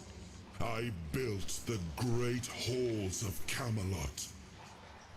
Thank you for bringing me here. I believe I owe you. Thank you for subscribing, Rayleigh. Remember, we're kind of chaotic, like evil, if you will, so we're not gonna be like, oh my gosh, thank you, my king. We're gonna be like, I didn't really have a choice. It may not seem like it at times, but one always has a choice. Even if it's as simple as pushing onwards when others might back down. You brought me back. This is what matters, and for that, I am grateful. But now, let us leave this place and head to Avalon. I need to see my kingdom again. I trust you'll accompany me. Or would you rather stay in this wretched place? Trust me, I wish I knew. I remember death, then darkness, a terrible loneliness, ages upon ages of solitude, and these are all the details I have. Perhaps in time I'll remember more. I am not sure. Yet I learned to be grateful of fortunate outcomes, even if they come unexpected. It seems to be a place located between life and death. Or maybe a place that can defy death. But why was it created? By whom and when? These I'm unable to answer. But that's enough questions for now. Let us walk together and see the kingdom forged so long ago. After years of struggle, my people in Avalon finally live in peace and prosperity. I must see the legacy of the Age of Conquest with my own eyes. My Camelot in all its glory. What is happening? No. Oops.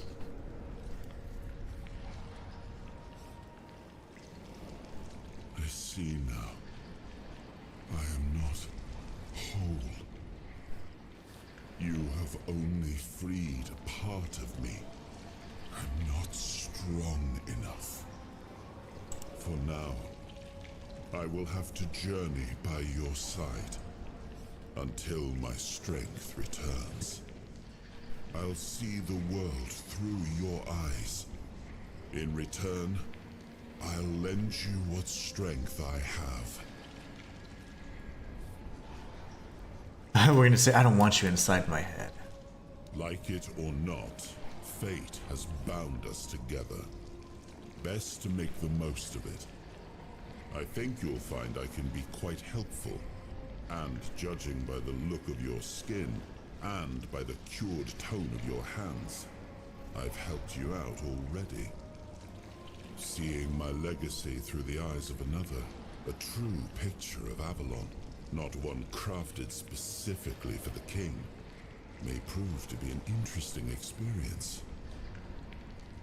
Oh, what an adventure this will be. Alright. So, we know now that that was King Arthur, and we just gained our first weirdness power. What's going to happen is, if we tap R3, we'll be able to slow down time and kick all the ass of everybody around us. This is something that resets if you rest for a long enough period of time, or if you actually restore the power with a enhanced bonfire. So this is where we're at. We're going to go ahead and depart for now. We've gained some new abilities, and we will use them to great effect. The slow down time thing, as in any game, is not only awesome, but it's super effective in combat as well. Okay, so one thing that's really easy to miss is if you look down, aim for the guy's nards, and then look to the right. And you'll see that there's a ring of protection there. The ring of protection is a ring that will increase your armor by +1. So like if you have a heavy armor or anything like that, it's just going to increase the defensive rating for you. You can get another ring of protection, but honestly that one's so hard to notice, and I missed it on my very first playthrough. You can obtain another a little bit later on, but I just wanted to make sure you guys didn't miss that. Now that we've unlocked the first soul fragment of Arthur Pendragon, or King Arthur as his homies call him, we now have the ability to interact with certain technology from the Fort Dwellers. So we can interact with these little podiums here, and also, just if it wasn't already clear, King Arthur's power had healed us from the Red Death, so we're no longer sick. So if we look at our character now, we'll also see that we're no longer infected looking, which is really nice. Really, really nice. He also gave us the slow time ability, which is amazing. Using that podium then locks this one here, so now we're like, oh my gosh, where do we go next? There's only one way to go, lads. Forward. So we interact, and now the bridge will actually form permanently, and we can make our way all the way across here. So again, I love this game. I am going to be playing this game for a long time. I am enjoying every second of it. I can't wait to figure out the story, the different endings, all that good stuff. So here we have Titans, and they're over here powering this machinery. We're deep underground, so this is machinery that's going to keep us safe from the weirdness and from, you know, what the Four Dwellers call home. Those Titans are massive, and they just keep working toilessly, working toilessly, I don't know. They toil, and they never stop. Toilessly. Here we have an interesting little piece of lore here. We can pick up the word plasm as well. Weird plasm. It says, we created the Titans for we need their work. Guard the peace of the working Titans, for without them we would not have the power within our walls. Away from Tuathon, only the power of what is underground allows us to reach where the weirdness does not. Even when we leave, the Titans will not stop working. It is how they were created. With their power, one day we will manage to learn what lies beyond the sea. So they wanted to know what was beyond the sea. Interestingly enough, it seems that they found out if we read this inscription on the wall here. But first, pick up the weird plasm. It says, we must abandon the vision because what is beyond the sea came to us, and we do not want it. We must leave to defend ourselves. They are coming. The Titans will stay. So it's interesting to note, like, who made this? Who are the people writing on those tomes? And is it the Four Dwellers? And was it the Red Death that came along with King Arthur and the humans? Or what was it, right? So anyways, this is a pretty fun little encounter here. I'm going to go ahead and do a quick save. I say quick save. I'm going to save really quick. Right fast.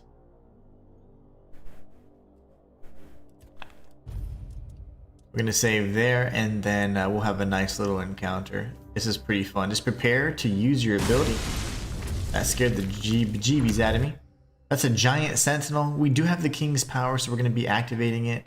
Remember, if you rest at a bonfire, you can actually recharge it immediately, or if you rest enough for a long period of time, it will actually replenish as well. So here we're going to go ahead and tag it. We're going to get behind him. He has a lot of abilities actually that allow us to, that allows him to kind of sweep. So we want to back up. There you go.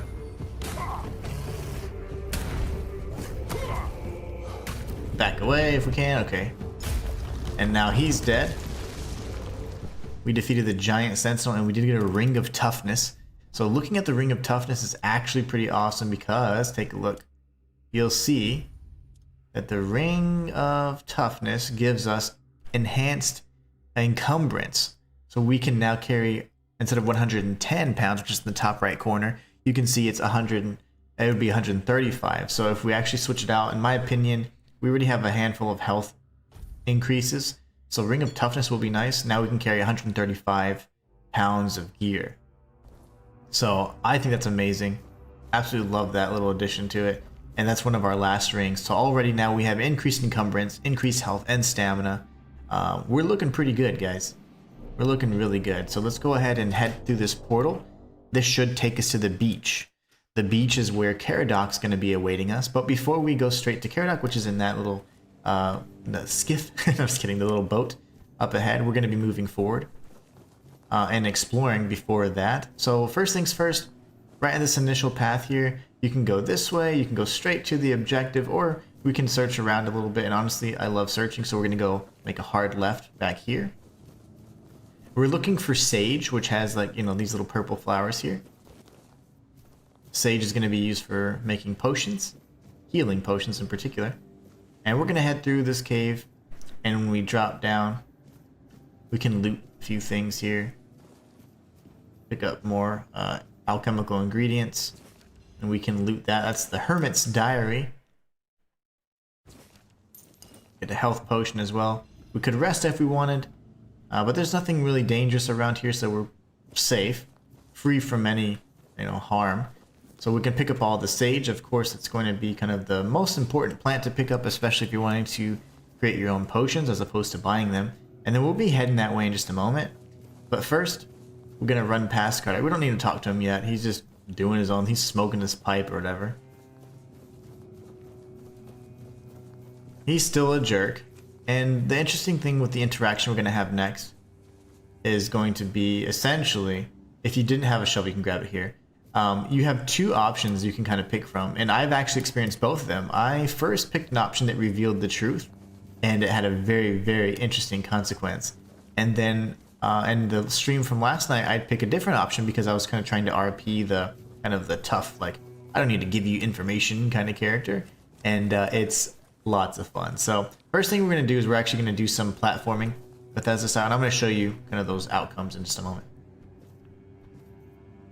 You just Bethesda jump all the way across, and then what you're going to do is you're going to be up top. We can grab these, and just so you know, you don't have to do it. You can just go on this, but I'm just being silly. You can Bethesda jump in a lot of different areas, though. We're going to be exploring this pathway here, but we want to actually get a running jump and leap across this little gap right here. And then here you'll see that there's some moonshine next to it. It looks like somebody was just chilling, watching the waves or whatever. We're going to come up this way, though. Bethesda jump, and then there's a bunch of ingredients we can pick up, including sage. And some other things that you're going to need to make even more powerful variants of the potions. There's dead bodies, nards, essence of the wind, wolfsbane, carnation, and you can pick up roses, feathers, and sage. Feathers are going to be good for arrows, and if you're going to be using them. And then there's a broken broadsword here you can pick up. We can take it, and all we need to do is, honestly, if we don't want it, we can just sell it. And then we're going to work our way back down and around. So we'll go here. Oh gosh, the autosave could have cost me my life. We're going to go this way anyways. Here we have some more bodies. And what we're looking for are areas that we can dig up and search for treasure. So on the beaches and just in random areas, even in dungeons, there's going to be places where you can use your shovel. So right now, we're just on the outside of the island asylum, and we're just looking for stuff along the way. We're going to be kind of perusing this entire area. We don't have access to the map yet, which I really wanted to show you guys, but we'll be going into that in just a moment. More milkweed, there's tons of it. And before you go this way, you can actually make a hard right. And if you look down carefully, this is going to be the first location where you can dig. You can get the coin purse and some whiskey. Again, that shows you the importance of getting those items, like the shovel and all that. And then if you make a hard left right here, you can see a letter. That's going to open up a quest for us. And then you have a full set of priest gear minus the helmet. Minus the headpiece, I should say. This is the boat and the area that we just jumped across to get to the statue up above there. So now kind of just linking it together for you guys. Aside from that, we're going to circle around here, and there's going to be a dead body near a little fire. I don't know how or why he died, but he did. He sucks at the game. So we can get the silk hat. If you want, you can sell all these things. Flame resin, that applies... you know, imbues your weapon with elemental abilities. In this particular instance, it'd be fire, which is really nice. We don't quite have any other ingredients to make anything interesting, so I'm not going to worry about that just now. We will continue on this way. If there's like open areas like this, I like to sprint, but then I do like to slow down when we get closer. That way, you know, we can make sure we're paying careful attention to all the different loot that we can pick up. So here we have a second chest we can pick up here. We'll get the lockpick, the coins, and the booze, of course, because why not? But yeah, every time you jump, every time you do any ability, just like Oblivion, you are going to be gaining like experience, and those points rack up, and then they give you enough XP to level up. Pick up all this stuff as well, including the wooden arrows. And then there's going to be, I thought there's a skeleton somewhere around here. It was really funny. Crabs, tomatoes, the fish. Fish is very plentiful in this area, so not a bad thing to start getting used to picking up. There's the skeleton, doesn't do anything for us. And then there you have it. We've come full circle, if you will. If you were to stop here and turn around, that'd be the pathway we first went to whenever we're like, oh hey, let's explore a bit. So now we can speak to Caradoc again. And this is where the how forthcoming you are with information is important, and this does show the importance of your dialogue choices. In this game, they actually matter. There you are. It took you a while. I was getting worried you wouldn't make it. I even realized that I didn't get a chance to introduce myself. I'm Caradoc, your savior. What kept you so long?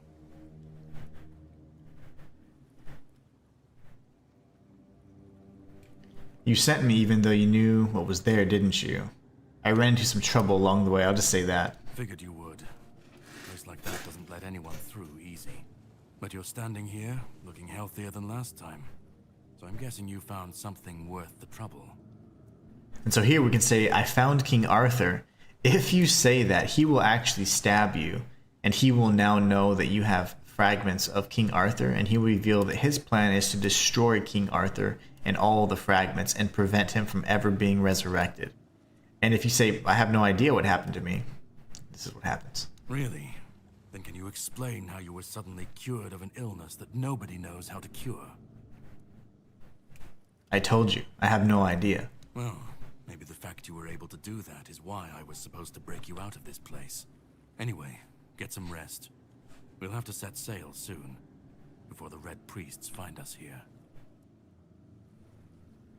So why were you supposed to break me out? All I know is I was supposed to help you, some Pict and a Del Riata break out, and then sail you to the mainland.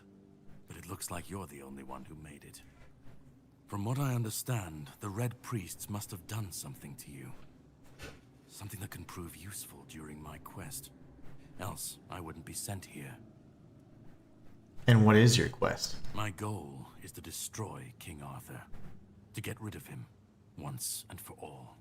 There are pieces of his soul scattered across Avalon. I need to find, collect, and destroy them. Wait, what? Long story short, you've found yourself in the middle of a mess that's been brewing for 600 years. Every single time things go down the shitter on this island, a bunch of cowards in Camelot bring our once and future king back from the dead. It's happened before. It will happen again. And soon. My journey, my mission, is to stop this from happening. And why is this so important to you? He's the reason the world as we know it is coming to an end. Every time they resurrect him, the weirdness grows stronger. Soon it will cover all of Avalon, and nobody will survive that. I've been cleaning this mess for a long time now. And I truly wish for this nightmare to end. I'll say I don't care about all that. I understand. It is your choice. I can't hold it against you. I will manage on my own. We will, however, meet again if you decide to pursue the souls of the king. That I can promise. But you still need a way to get out of this island. And to prove I am not your enemy, you can sail with me. Unless you want to stay here and die when the Red Priests find you. That's also your choice. I'm gonna say, I'll I stay. really thought you were smarter. Well, have fun dying here then. Whispers represent fragments of memory unlocked by your mysterious companion. You can discuss these with him by the campfire. So what we're gonna do is we can make a campfire, and then we'll be forced to do so. It's kind of like a tutorial type thing, and we can interact with King Arthur during these times and speak with him, and we can also show you the other functions that the bonfires have. All right. See if I can make one right now. Can't make one yet, so I'm like, okay, there's nothing else. And he says, did you change your mind? Change your mind? Yeah, I guess. And where are we going? To the Horns of the South. It's a fortress where they keep Excalibur. My plan is to steal it. Or at least what's hiding within that damned blade. A piece of our king is bound to it, and it needs to be destroyed next. If you do decide to be useful, here, pin this emblem to your clothes, and you should get into the Horns without any issues. Debatable. When you get inside, find the captain. Brandon's his name. He'll tell you the rest. I didn't say I'd help you. And yet I still gave you an opportunity to do so. Let's go. I have something to do first, but you should get some rest. Judging by the waves, the journey won't be pleasant. Set up a camp and get some sleep. Then we'll sail for the Horns of the South. Ah, and here, have some cobweb. Throw that into the fire and you'll be safe from the weirdness. Just in case I don't come back before nightfall. Alright, so now that it is nighttime, it's going to teach us how to set up a bonfire. And all we have to do is hold the wheel, and then we press up on the D-pad, and then we can place the bonfire wherever we want. We can then talk to King Arthur. If you have ethereal cobwebs in the top left section, you can see you can actually fuel the fire. And by fueling the fire, you can do different things at the bonfire aside from just cooking and resting and leveling up. No matter what, if you make a bonfire, if King Arthur has whispers, he can talk to you about certain things and give you some lore. But you can always cook, you can always rest, and you can always level up. So those are the three things you can always do. If you fuel the fire, you can use it as a fast travel point, and you can also do alchemy, and you can identify items. Identifying items, sometimes you get some rare stuff that is unidentified, and you can use that function to identify the items. But anyways, really cool stuff. Well, that man really hates me. That much is clear. It's good you didn't tell him we've met, young one. Who knows what he'd have done. And in my other file, the off-stream profile, I had revealed to him that I did find King Arthur. He stabbed me, and then he thought he had destroyed the fragment of the soul. But King Arthur was like, hey, I guess he didn't know that it didn't actually work. Let's not tell him. Do you know why he hates you this much? No. It seems that I should, but I don't. He knew me, spoke with certainty, with anger. But to me, he's a stranger. If he was a part of my past, then that past has been taken from me. I need to regain it. He said a lot of bad things about you. That isn't right. I should remember. I should. All I know is that I left my kingdom strong, prosperous. It should have grown. It must have flourished in my absence. So we're off to steal Excalibur? It seems so. If Caradoc is hunting for more pieces of my soul, we should definitely claim them first. When we do, I should grow stronger. I should remember. I should be whole. Let's go then, young one. Let's not waste any more time. I left my kingdom strong. It should have only grown stronger in my absence. And if something threatens it now, then I will see it restored. Excellent. Okay. So we can rest or we can level up. Honestly, I say we level up so we can go over how to level. You can level attributes first. I always go attributes and then skill trees. So here we go into the attributes. And then when we're looking at the different things we can do, you just have your basic like strength, and it always shows you kind of what it enhances. Endurance, dexterity, spirituality, practicality, and perception. Spirituality is going to be what's tied to like your mana and casters. Dex, practicality, perception, that's going to be kind of like crit chance and things like that. Even sometimes you'll have choices and dialogue choices that are specific to practicality and perception as well. Even strength. So it's really just a bag of whatever you want to do. But we're going to be going for strength, of course, to enhance our overall damage. And then as we go back, we'll go to the skill trees. And inside the skill trees, you have pretty much broken down into each of the attributes. Again, you have strength, endurance, dexterity, spirituality, perception, practicality. You have a number of different branches and trees you can pick from. So here you have unarmed, under strength, you have unarmed, two-handed, one-handed, and general. So we're going to obviously focus on two-handed because we're going to be doing that as much as possible. So we're going to try and increase our damage by 10%. So we're going to go ahead and say, if you do pick any of these and you're like, you know what, I made a bad choice, you can use an origin potion to replenish, actually to respec, I would say, and reapply your available points for your tree and also for your attributes. Additionally, if you do select, like for example, we selected the first node, which was Brutish Fighter, you can select it up to however many times there are nodes available, and that'll just increase and upgrade the next level of that particular ability. So that node would now go from 10% increased damage to 15%, and then higher and higher. So really fun, really simple, and I absolutely love that kind of mechanic. So we're gonna rest until morning. So this, from pretty much 2200 hours, which is like, you know, 10 o'clock, to like about 5 or 6 o'clock, you're gonna see that there's always gonna be weirdness out and about. But if you can rest and you're awakened, just go right back and rest again and get until the morning if you're not ready to fend off the darkness and the weirdness. So here we're gonna speak with Caradoc. Ready? Hop on the boat. And we're going to the Horns of the South.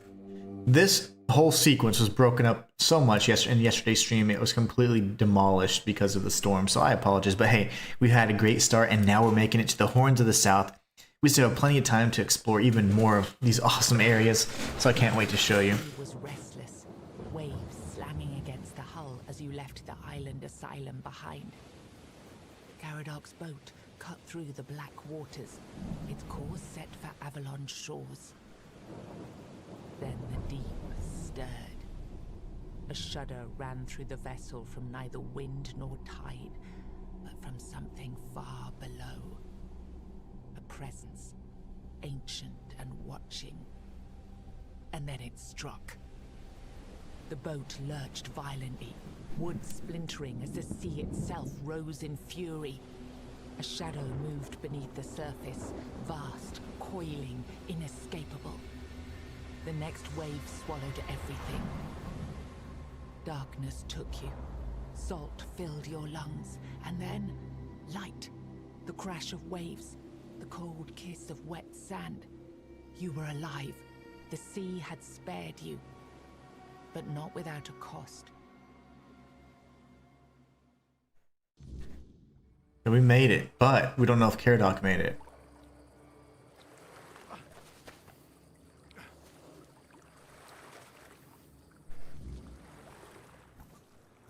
Alright.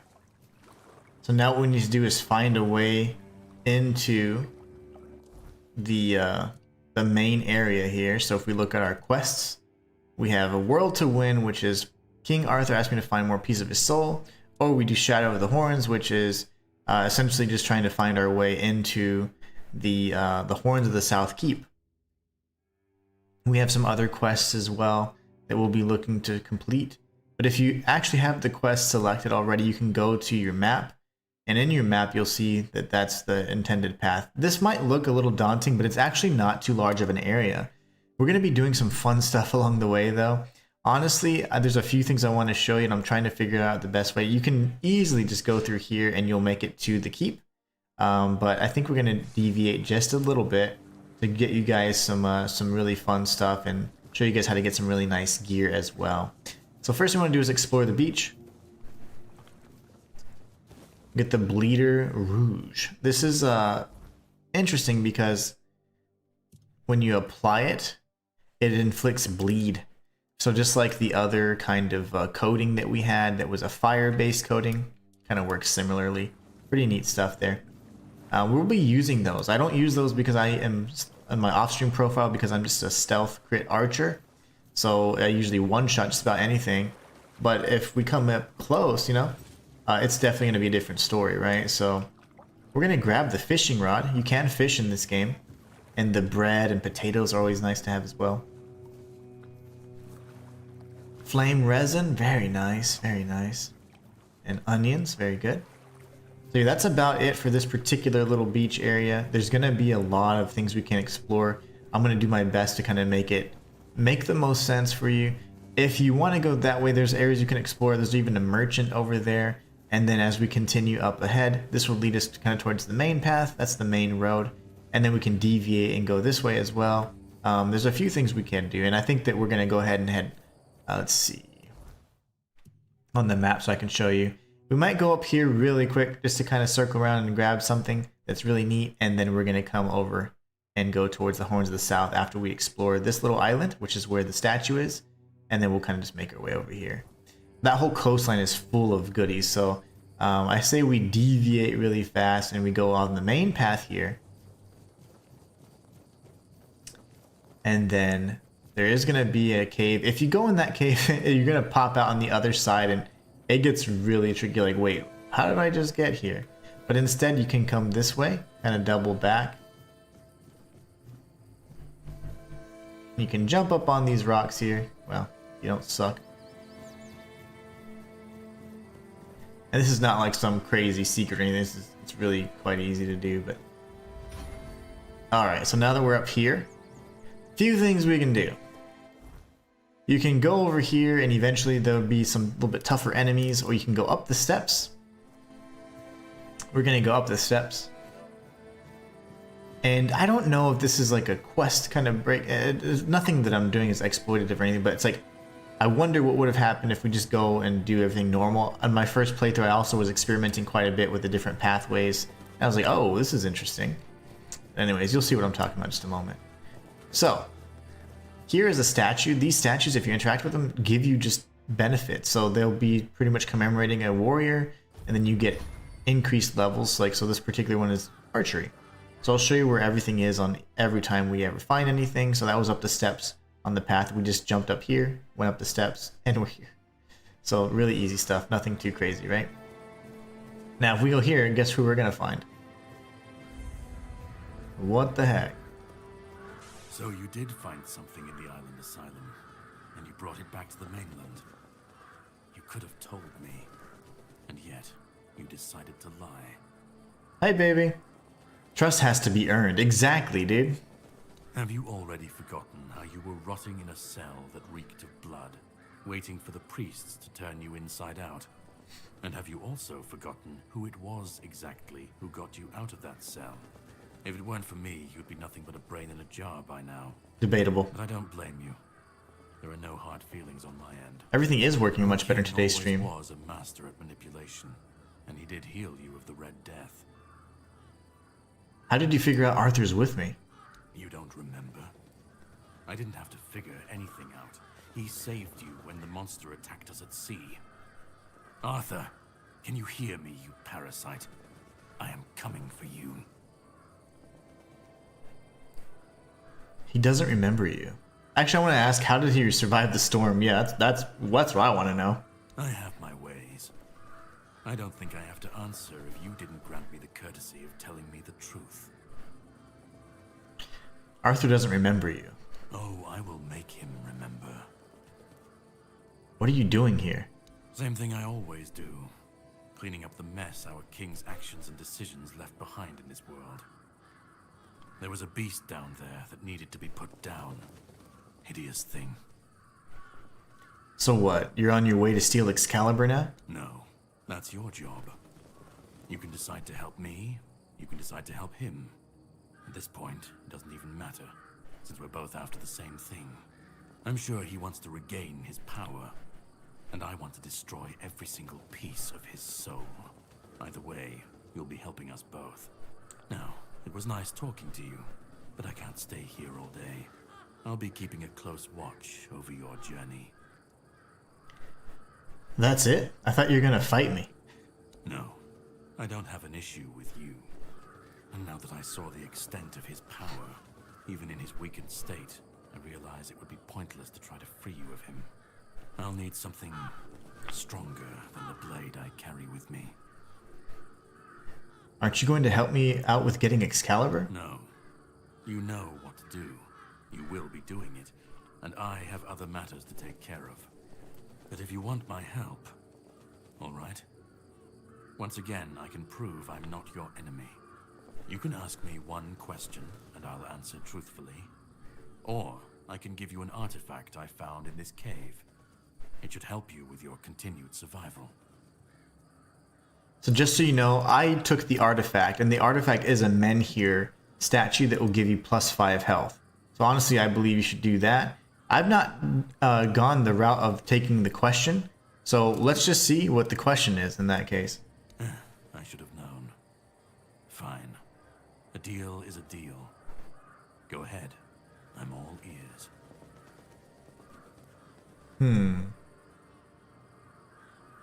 Who are you? How did you survive? Why do you hate King Arthur so much? Why did you help me escape? How am I supposed to take Excalibur, or why are the Red Priests torturing people? Honestly, who he is kind of important, but how did he survive? Like how'd he survive the sea monster?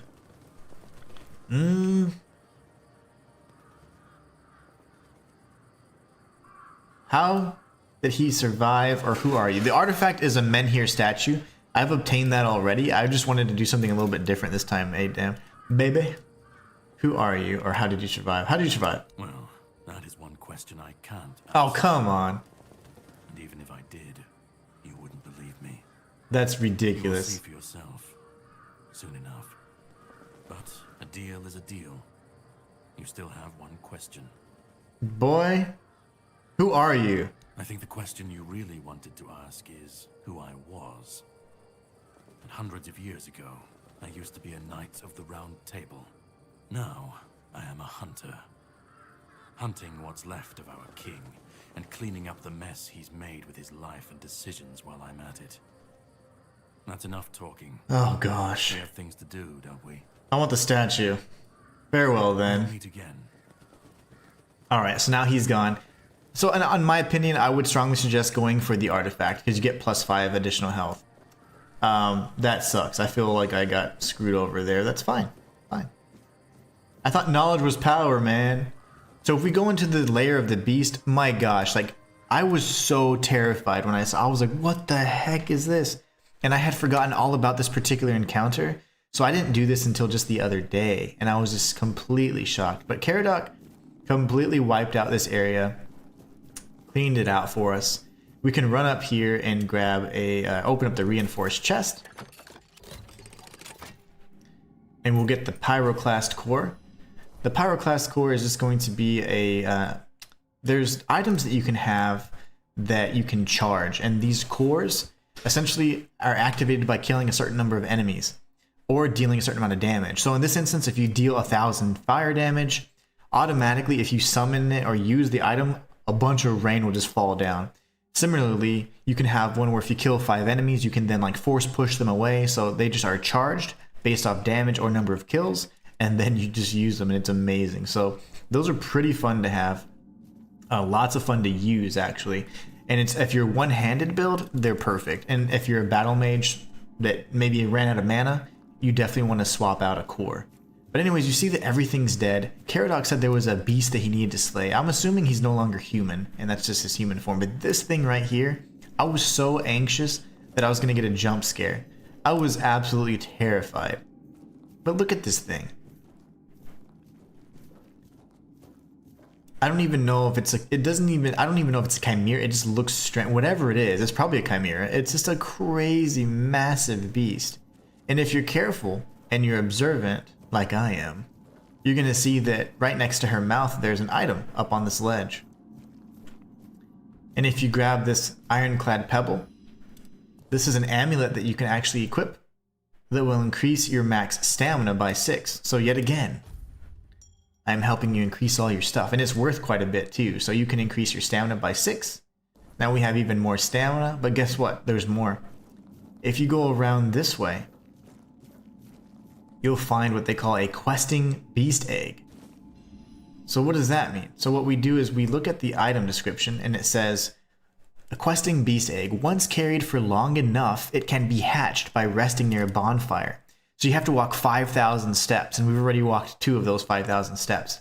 So once we've walked 5,000 steps, then we can get at a bonfire and light one and then rest, and it can hatch. So this is just going to be incredible. And just so that you know, I have not yet walked my 5,000 steps. I just did it last night. So super, super excited about that. But that was the extent of this beast layer. Honestly, I suggest you do it as early as possible. There's no threat, and all you get is benefits from this particular area. So we are now going to go kind of like on the western part of the coast and lead up to the Horns of the South Keep, so that we don't go to areas that we're not properly leveled for just yet. And also we'll have access to like merchants and things like that. So what we're going to do is we're just going to go here first. Since we're here though, I'm trying to think. When it comes to the map, we're going to clear out everything in this entire area. If we were to go down here, we'll get to like a smuggler's area that's just kind of a little bit higher level for us right now. So I do suggest we go ahead and work our way back down. And we'll deal with all this in due time. pick up the roses because again, those are used to enhance your magic potions. And then all we're gonna do, honestly, is just drop right back down to this main area. But I just thought that was incredibly awesome, and I wanted to share that with you and showcase that so we can kind of do that experience together, because I've not opened my egg just yet. So anyways, what we can do is, this is the path, the main path towards the kind of main area. There's gonna be some little monsters here. These are called corpse eaters. And it's so funny because right now we're not able to like one shot or two shot anything. We're weak. And that's okay. Monster brains, all is going to be used for later. You can certainly do that and use it, whatever, but it's fine.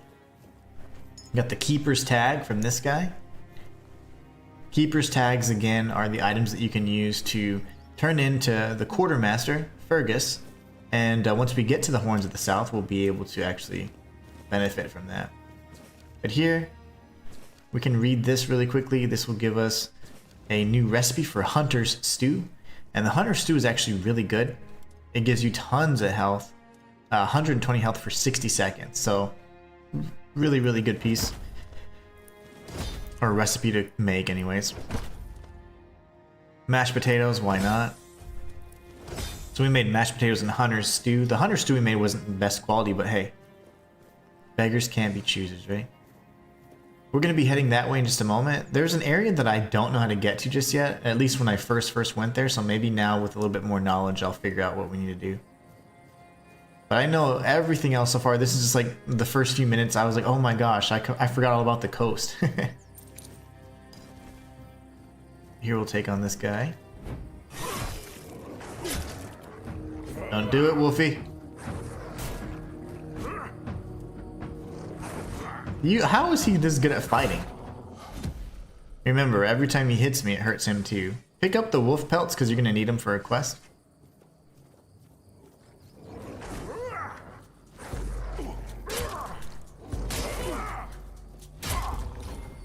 Anytime you get the wolf pelt, I don't really eat canine meat very much, but if that's your thing, feel free to do it. You can dig up this over here, pick up the eggs. Bloodstained shirt's never a bad thing. Very fashionable in these parts. And then you can mine, right? You can mine ore. So here you have the red or kind of the pinkish vein, which is iron ore. You have copper ore, which is green. You have all different types. So again, those are going to be good crafting materials. So I suggest you get used to harvesting them whenever you have chances. All these little flowers here you can definitely harvest too. Pretty much anything that stands out. So what we're going to do is we're going to find a way over here. We're going to go to that little area that initially I was like, wait, what the heck is this? If I'm not mistaken, I either ran over to it or I swam. Oh, that's right. I did this. So this is kind of like a natural land bridge kind of thing. You can just cross over, and this is what I did. The very first area I explored, but I had no clue what I was doing when I was playing the game. I was like, okay, cool, I guess. Pick up the flower. Remember, that's always something that's kind of tough to get. And the wolf pelt. We're going to need the wolf pelts. Might as well pick up as many as you can. And then here we meet our very first merchant. Not a very good merchant, if I should say so myself. Oh, greetings, kind. Sir? Madam? He can't see. So, would you perchance be interested in browsing my wares? Only the finest Avalon can offer, and I, the finest I can offer, that is. It's madam. If you have high enough perception, you can actually make that pass. You say, it's sir. Right, of course. Silly me. Oh, you'll have to excuse me. I have very bad eyesight. This is a thing that happens to humans, right? I mean, I'm pretty sure. Clearly, he's referring to humans as something else, so kind of interesting, right? If you had high perception, you could do that. You could say, are you not human? Me? Of course I'm human. I was born in a human village, and my mother was a human. We lived in a house. It had a roof and holes in the walls. I'm not sure what they're supposed to be for, to be honest. But it's so easy to steal a baby through them. Not that I've ever done that. Oh, God. Anyway, where were we? He's a weirdo. Come on, Cinnamon Sage. I always thought he was Cinnamon Sausage, but you're not very good at this, are you? I'm really not, am I?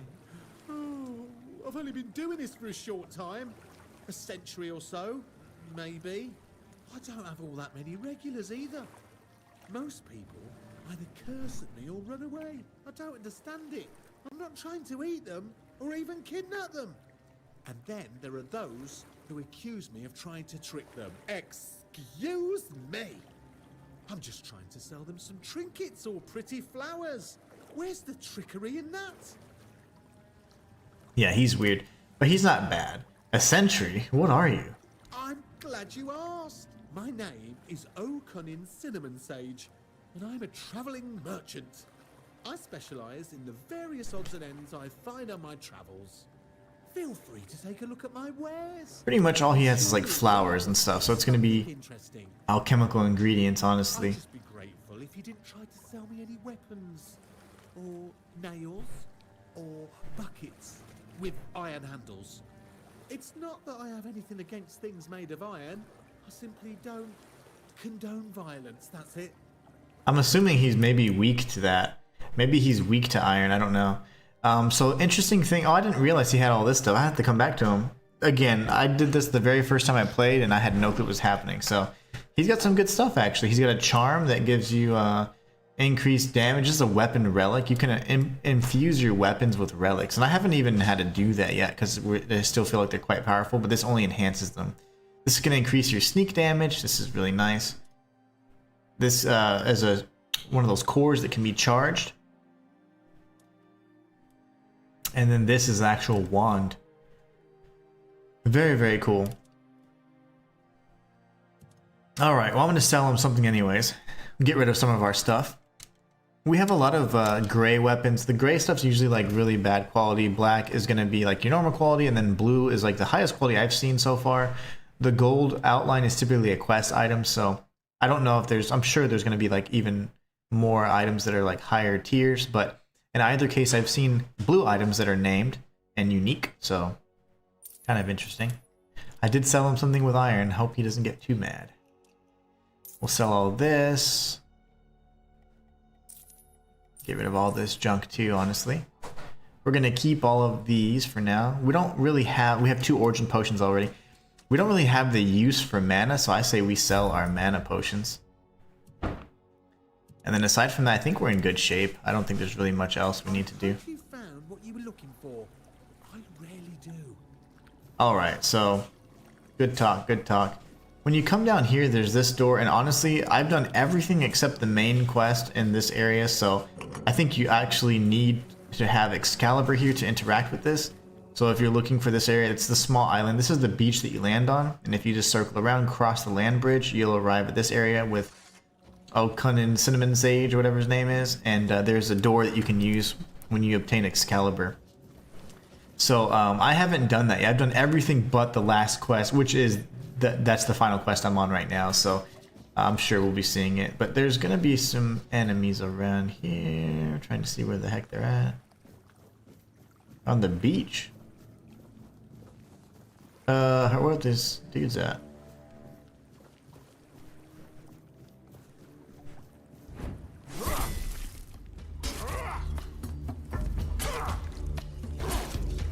They actually have melee strikes, and they also spit water out at you, so you got to be careful with that. Can dig this up, get the burning stone. That would allow you to apply burning to your weapon, which is pretty cool. We're going to switch over to our weapon again. You were trying to chase me. Remember to use your evasion. And there's no weapon durability in this game, so don't worry about that. You can swing away as much as you want. Drowner's Heart and all that, you're going to use that at some point, but there's so many drowners around that it's not too big a deal. If we wanted to cook, we could cook there as well. There's really no need at this point, though. And then this is where I was like, I don't know what to do, because I was, again, the very first time I played, this was the beginning, so I remember seeing the ore here, and at the time I didn't have a pickaxe, because I had actually missed out on the pickaxes you can get.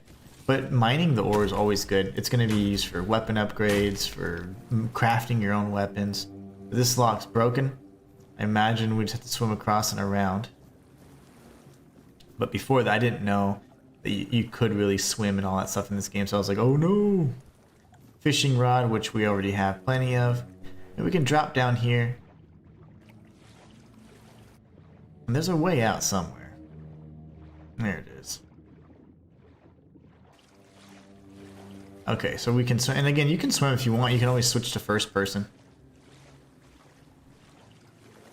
But this is how you get to the other side. Honestly, this is, I just didn't know if you how swimming and all that stuff worked, and it was the first few minutes of me playing, so I was like, oh no. It's kind of funny. But it's super easy. Just come right around. The pickaxe can be used as a weapon, by the way, and so can the shovel and all that. We'll grab that, the wooden arrows. We got fried fish, bread, and ale. All very good things. Open this up. Silver plate you can use to sell, and then we can actually sell these items as well. If we get to where they're over encumbered or whatnot, it's not a, you know, we can always get rid of or drop some of these extra items that we have. So yeah, easy peasy. So this is an area we'll come back to once we get Excalibur. And that's something that seems to be part of the main quest. We do at least have to steal it at some point. According to all the different dialogue and all the things. Okay, so next thing we're going to do is we can go towards this little beach area and there'll be a fast travel point, and then we'll come back on the main path and go to the Horns. And then by then we'll be able to have at least a good spot for us to sell items, get a good merchant, have a stash that we can put all of our special items into. It's always the same with you. Beat them up first, ask questions later, damn it. Okay. And now we have no gold, no nothing, just a pile of old stones and a dead body. No, come off it. Let's just take what he had and let's get out of here. What he didn't have shut, a piece of iron and a slip of paper. You can't even wipe your ass with it. And you said he was supposed to be some great lord. Alright, here goes.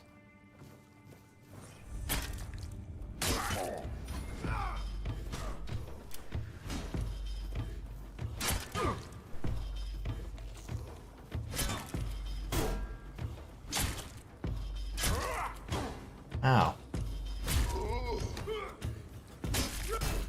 I'll show you guys the slow time thing before long, but we don't need it just yet. We're going to go ahead and take all their stuff. We have another dull broadsword. Not bad. We need a better variant of this before long, and because I typically don't use melee to figure that out.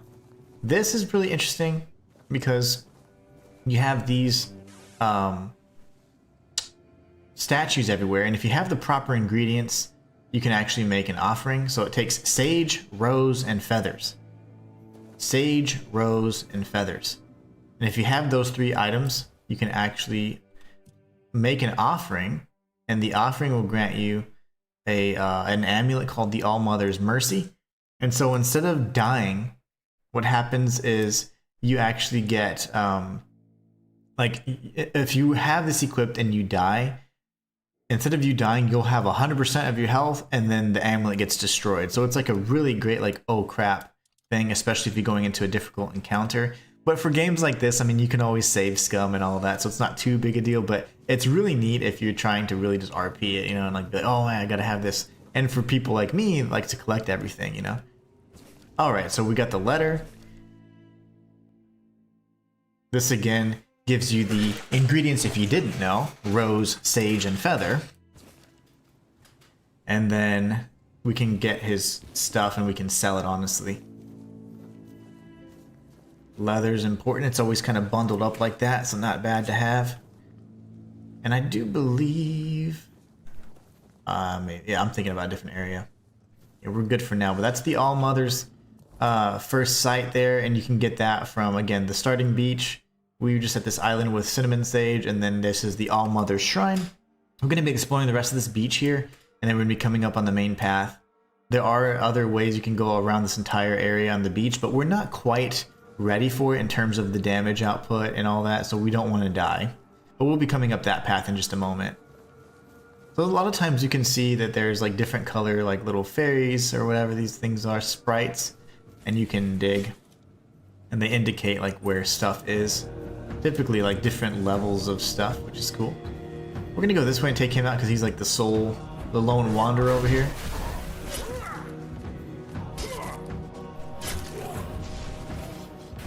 These guys, at least right now, are kind of tanky just because we're so weak. But we'll be able to do a lot more damage here before long.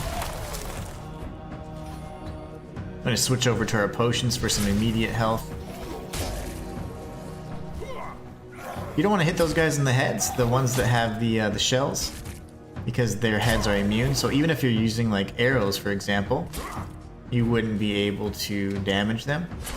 So instead, stay away from that big AoE attack there, and you can always crouch to hit them at lower angles if you want to. The bones are good to have, not a bad thing, because you're going to need those for some armor and recipes that use the bodies of the enemies we can defeat. So a lot of the monsters drop unique items, bones, fragments of their little armor or whatever, and you can actually craft their own armor as you start exploring and finding recipes for their unique pieces. And some of them are really good. Like right now I'm trying to craft one with a creature called a red cap, and it increases your sneak damage for each piece of armor you have equipped. But here we have the peninsula. This is a fast travel point. So here from the main area when we started, we went to the beach, and you can then fast travel, but you have to have a point to fast travel too, so you at least need 2. Right now we only have that one, so it wouldn't help us too much, but it's nice to have because we're going to be coming back to some of these areas. This is just, as you can tell, it's starting to get a little dark. So if you hold L1, you can see it's 20 o'clock, so 2000 hours. These corpses, for the most part, are going to be picked clean. So this is not necessarily for like loot or anything, it's just more so for us tagging that site. And also experiencing night for the first time. There we've got another chest. Carrots are actually pretty good. You're going to make lots of soups and stuff anyway, so. Running attacks are a great way to start off a fight, if you're not using sneak-based build. Otherwise, of course, crouching and sneaking, getting that damage bonus is so nice. Okay, we've got an enemy over there. We've got a chest we can dig up here. Telling you, all of these areas are just full of loot. And it's so satisfying to get it all.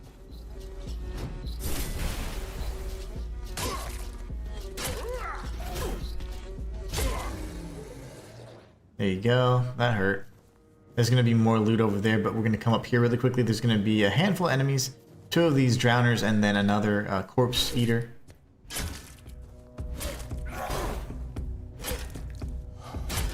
Right. Ow. Whoa! He came up. Dodge. He's dead. Alright, everybody just die for a second. And then we got this guy, just monster blood, monster brain, stuff like that. So this area actually is a place where you can, it's a mine, and we'll be going here before long. It's called the Flooded Mine. So we'll be sure to check that out at some point. There's another keeper. You can take all of the keeper gear. It's got pretty decent defense and a lot right now, so it's not a bad thing to have. Here we've got the copper ore, and then I do believe I saw a different color ore right here, which is the iron ore, so you can actually mine either of those. Again, we have enough room to carry most of the stuff right now. And we already have a pickaxe from the very beginning, so we're good to go. But anyways, we're going to interact with this, and we can level up. There's really no need for us to... well, it's not our fire, but if there was a bonfire that we created, we could add ethereal cobwebs to it. We don't want to do that necessarily. We don't have to. We're going to go straight into the strength, of course, getting that as much as we can. Endurance will help with our encumbrance limit, but we're not going to worry about that just yet.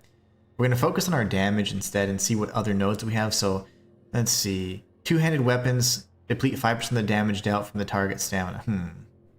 That's not bad. 5% damage bonus. And then we have reduced stamina cost. Those are all pretty good, actually.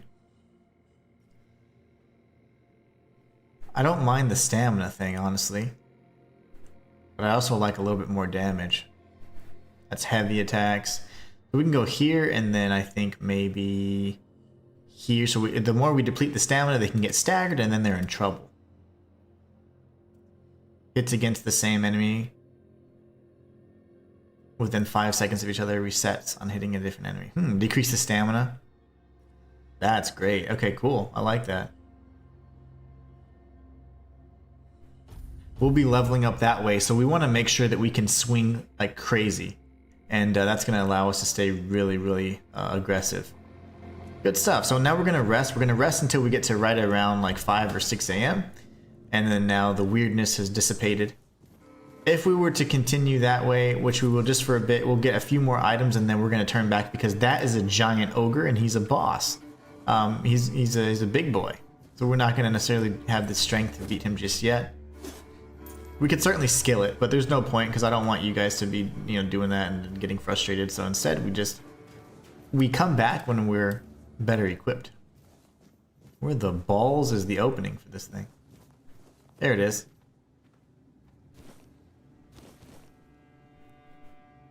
All right. That was very fun. Okay, so now we can go back over here and we're going to go up that main path. So remember, at this point, we've missed out on the cave, the flooded mine, and the ogre, I should say.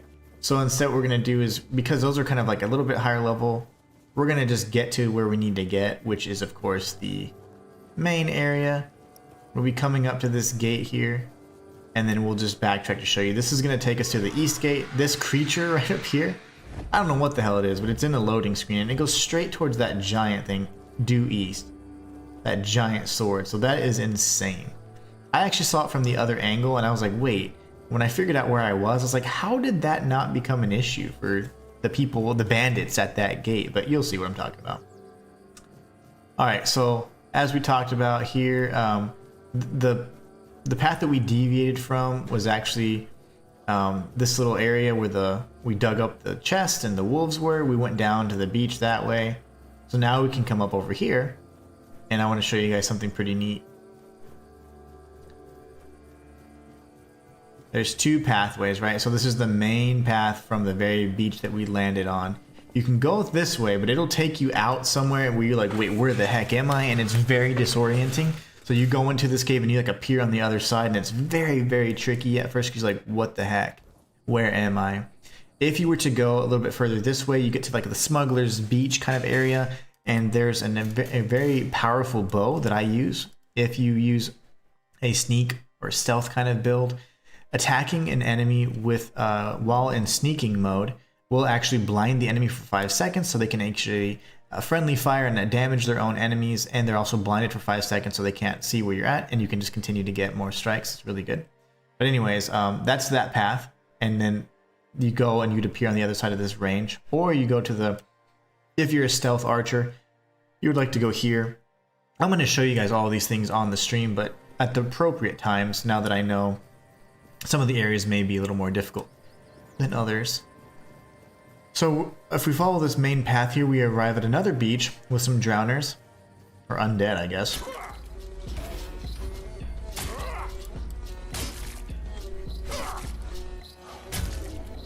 Can't wait to have all the stamina.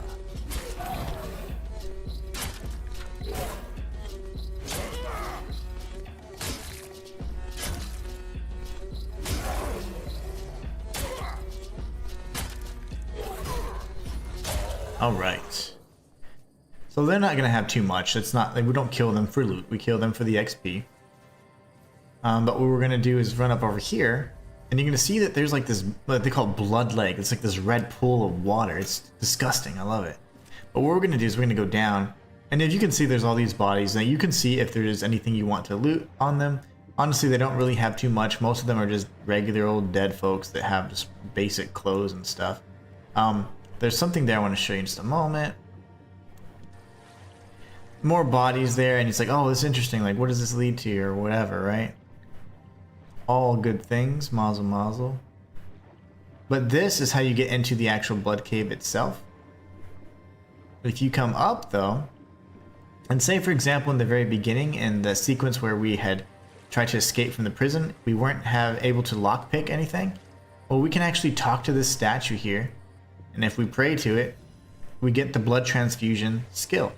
And that was the cast or the spell that we had to obtain from the lockpicking when we went around the area. So it's pretty cool. You can get it like in the event that you just like, oh, I didn't search well enough. There you go. There's the second place to get it. So now that we have a copy of the spell, we can sell it. Even better. So good stuff, right? Now we can just follow the main path again. We will be exploring all of this. There's a lot of bandits, bounties, and things like that that we're going to be clearing out along the way. So what we want to do though is we want to go on this main path so we can tag this fast travel point. I'm going to actually use this as a heal, and I'm going to stab them in the butt. A lot of times if you catch them off guard, you can actually stagger them. So he's dead. And now we have a second fast travel point. This is the East Gate. So here we have the East Gate area. We were just at the Blood Lake not too long ago. We're going to be going through the East Gate, and it's just a small, really short walk to the Shadow of Horns Keep, which is where we're going to be kind of taking care of most of the area. Oh man, it crashed. No worries. And just so you know, the game will crash occasionally. I've had it crash maybe like, I would say like once every other day that I've been playing it. It happens. So we're going to go ahead and continue and see where it kind of left us off, and we'll just go from there. But essentially we're going to go and tag the fast travel point obelisk if we haven't already. Let's hope that it saved. It might have, because I knocked the mess out of that corpse eater. I think I hit him so hard I broke the save. And from there though, let's see where we're at. Oh, okay, lovely. We'll talk to the statue yet again. We'll get the blood transfusion. We'll swim in third person mode because it's awesome. Alright, so now we can heal up from this point instead.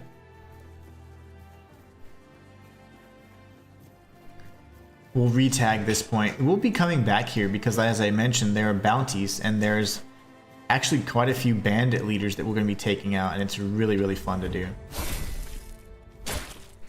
You get to actually take their heads, and you get all of them, almost every single one have unique items. It's really nice. Okay, so now we've tagged this item here. Like I mentioned earlier, we're going to be going through the East Gates over here. We will be exploring this entire region in due time, so don't worry. We just want to make sure that we're appropriately leveled to handle all this stuff. I'm going to go ahead and save as well. So we're going to go and do this save right here. And we're going to press forward here.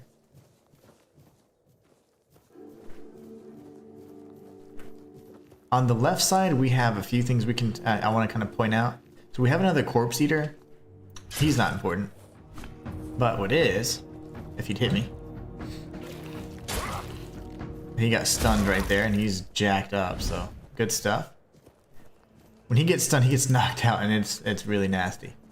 We're actually gonna come this way. And if you can see, like, look at the top bar, you'll see like a skull with a kind of a symbol in it. That means there's a boss.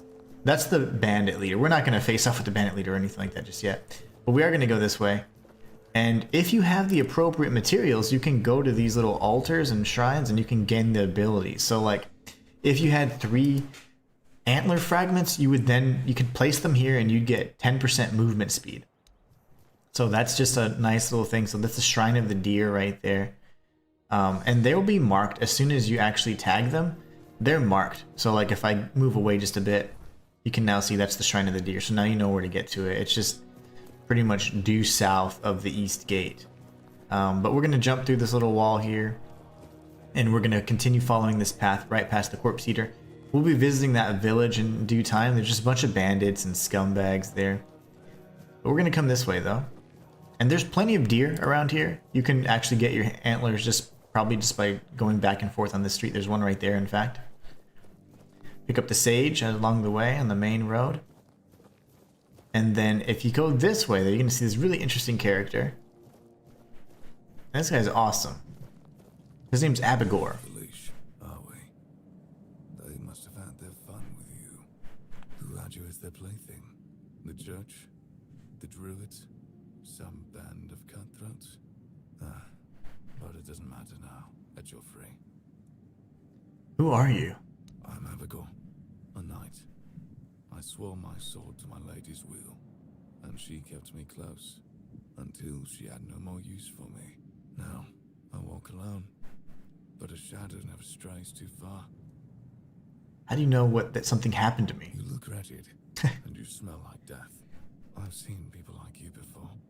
Broken, worn down, dragged through the mud.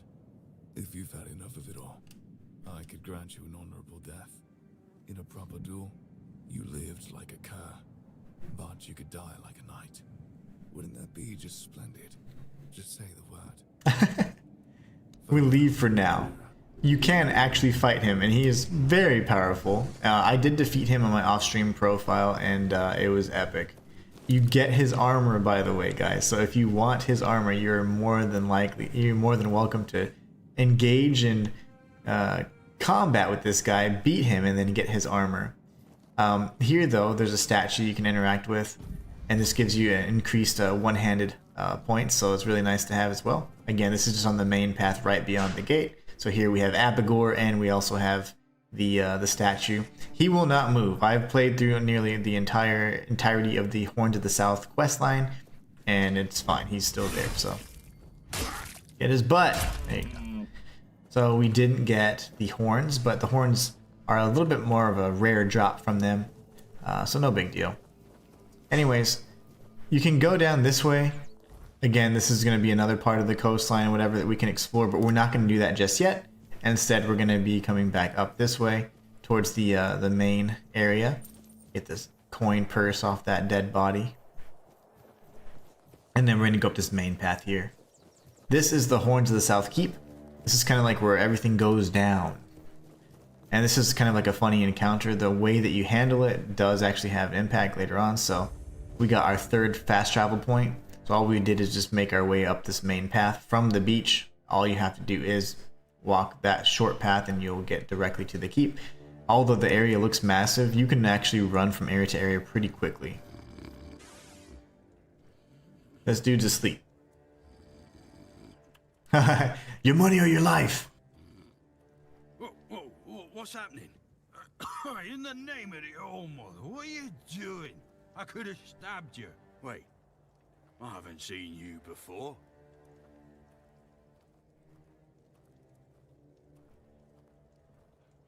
No, more like I could have stabbed you and I didn't. All right, true. Why didn't you, eh? You could have killed me. So you're not one of them bandits, then? Who are you, huh? Here, I have this pin. I was told I'd find a safe haven here in the Horns. This pin. I can't say I see it very clearly at this present moment, but it does look important. Very official. But I remember Fergus said something about all this, these emblems once. Oh, yes, I remember now. I welcome thee, ye, royal person, on behalf of the keepers. You are a great friend to our home. Welcome. Please, speak with Fergus. He's our quartermaster. He runs things around here in the captain's absence. He'll greet thee properly. Have a pleasant rest of the day. So he's just wasted. Open it up, boys! Alright, so now we can go to the quartermaster, but there's a few other individuals we can speak with first to get some quests. So this is, I forgot her name, but it starts with the O. Orla. All mother's tits. I've just about Indeed. had it with this bunch of repressed virgins. And who might you be? You don't look like one of them. You seem angry. Oh, do I now? You would be too if you had to deal with those sniveling morons when they're up to something. Don't look at me like that. You don't get as far in life as I have if you can't smell bullshit from a mile away. There's something fishy going on here. But I'll get to the bottom of it. And here's a brilliant idea. You're going to help me. Am I? I might, but not for free. Straight to the point, huh? Don't worry, I'll pay you. And who knows, you might even get a discount on my wares. What do you need? I just need you to go to Brandon and find out why that slime ball is pretending not to know I'm here. Tell him I'm waiting with his delivery. Although I'm pretty sure he knows this already. Who's Brandon? You don't know? He's the captain of this entire circus. I thought since they let you in, you must have an in with him. But it turns out you know even less than I do. There's something going on, you know? They don't want anybody to know, but I can feel it. I've been doing business with the captain for years now. Then suddenly I found myself stuck here. They won't let me further in, not even to set up camp in the village. But they won't let me out either. Anyway, good luck to you. Come and visit if you need anything. Alright, so we can open the shop and see what she has for sale. It's mostly just like traveler's goods and all that. Lockpicks, which we don't have too many of. We can actually purchase some of these here in due time.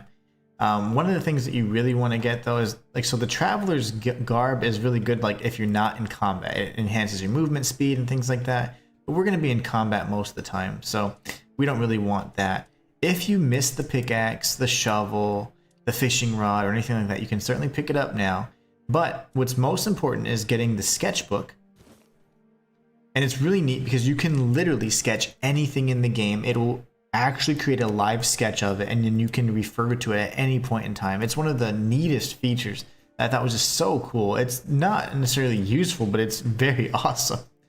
And then we're also going to get this spyglass. Spyglass will allow us to use and unlock the final part aside from the horse on the quick wheel, and then we can kind of zoom in, and you can actually like mark points of interest on your map as well. So you can be like, that looks interesting, mark it, and then work your way towards it. So pretty cool. And then we have throwing knives. These throwing knives are actually fantastic. They do tons of damage, and I honestly think that they're like some of the best things you can get in terms of how much damage they deal and for the cost. So we can always pick up some more of these as well, but we're going to be getting them from the enemies that we defeat, so that's kind of a cheaper method to do that.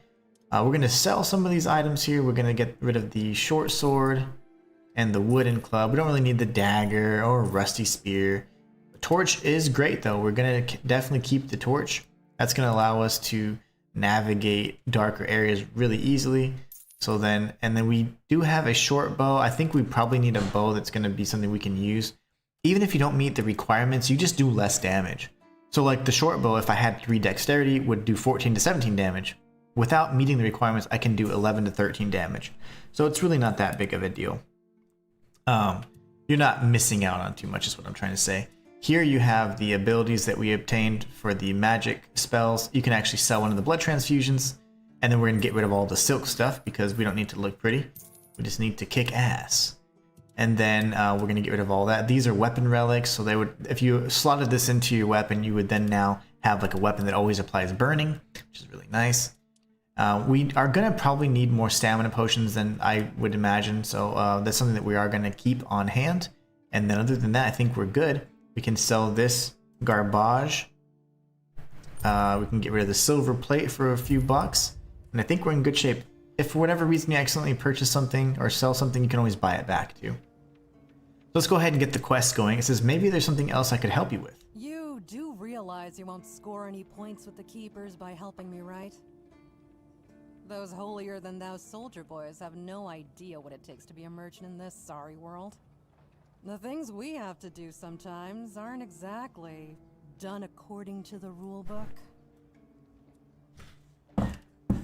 So, I don't care as long as I'm getting paid. Remember, we're kind of chaotic evil, right? We're neutral. I don't know if we're chaotic, but we're definitely kind of like, Where she is. Opportunists. Starting the search near the Arkspire seems like a good idea. And yes, you'll get paid. Just bring me the wares. All right, perfect. So she doesn't really have too much in terms of story, so we just need to go ahead and find that. The Silk Road is going to be her path, or her quest. It does kind of branch off multiple times. And so now, anybody that's named, essentially, you will be able to actually interact with them, and they have different quests for you as well. But what we want to do for the sake of time is we're going to get over to... I'll give you a brief overview of everything. So like, again, the quest givers or anybody that has names, this whole rampart wall has a series of quest givers as well. You can actually climb up. This is where you get the bounties and all that from, and we're going to be activating these really shortly. The bounties you can actually pick up from here, and then you speak with what's his nuts. So we should have those 4. And then they'll continue to add more and more, just so you know. I took them last time. So you have a keeper here. You can go inside this abandoned house and loot a few things. There's not too much that's incredibly important, but this is a great opportunity to show us show you guys the torch. So honestly, what I like to do is just have one of the one of the loadouts at least to have a torch and at least a weapon, just in case we have to engage in combat. So you can pick up some of these things. It's mostly just ingredients here, nothing too crazy, but the groats and oats and all those things. Sharpening stones are going to be used for upgrading, so you definitely want those. But again, mostly just materials and ingredients for cooking and all of that. So grab what you need to. Make sure you're watching and minding your encumbrance level, of course. But yeah, there's not much to this area. It's just an area that you can actually rest in and all that if you want. You don't have to purchase a home or do anything like that. You can just kind of shack up here if you want. But that's what that's for. If you want to rest, make time pass, whatever. Okay, so with just a few minutes left, we're going to be interacting with Fergus, which is the quartermaster. So we're going to go this way. And the blacksmith will be over here.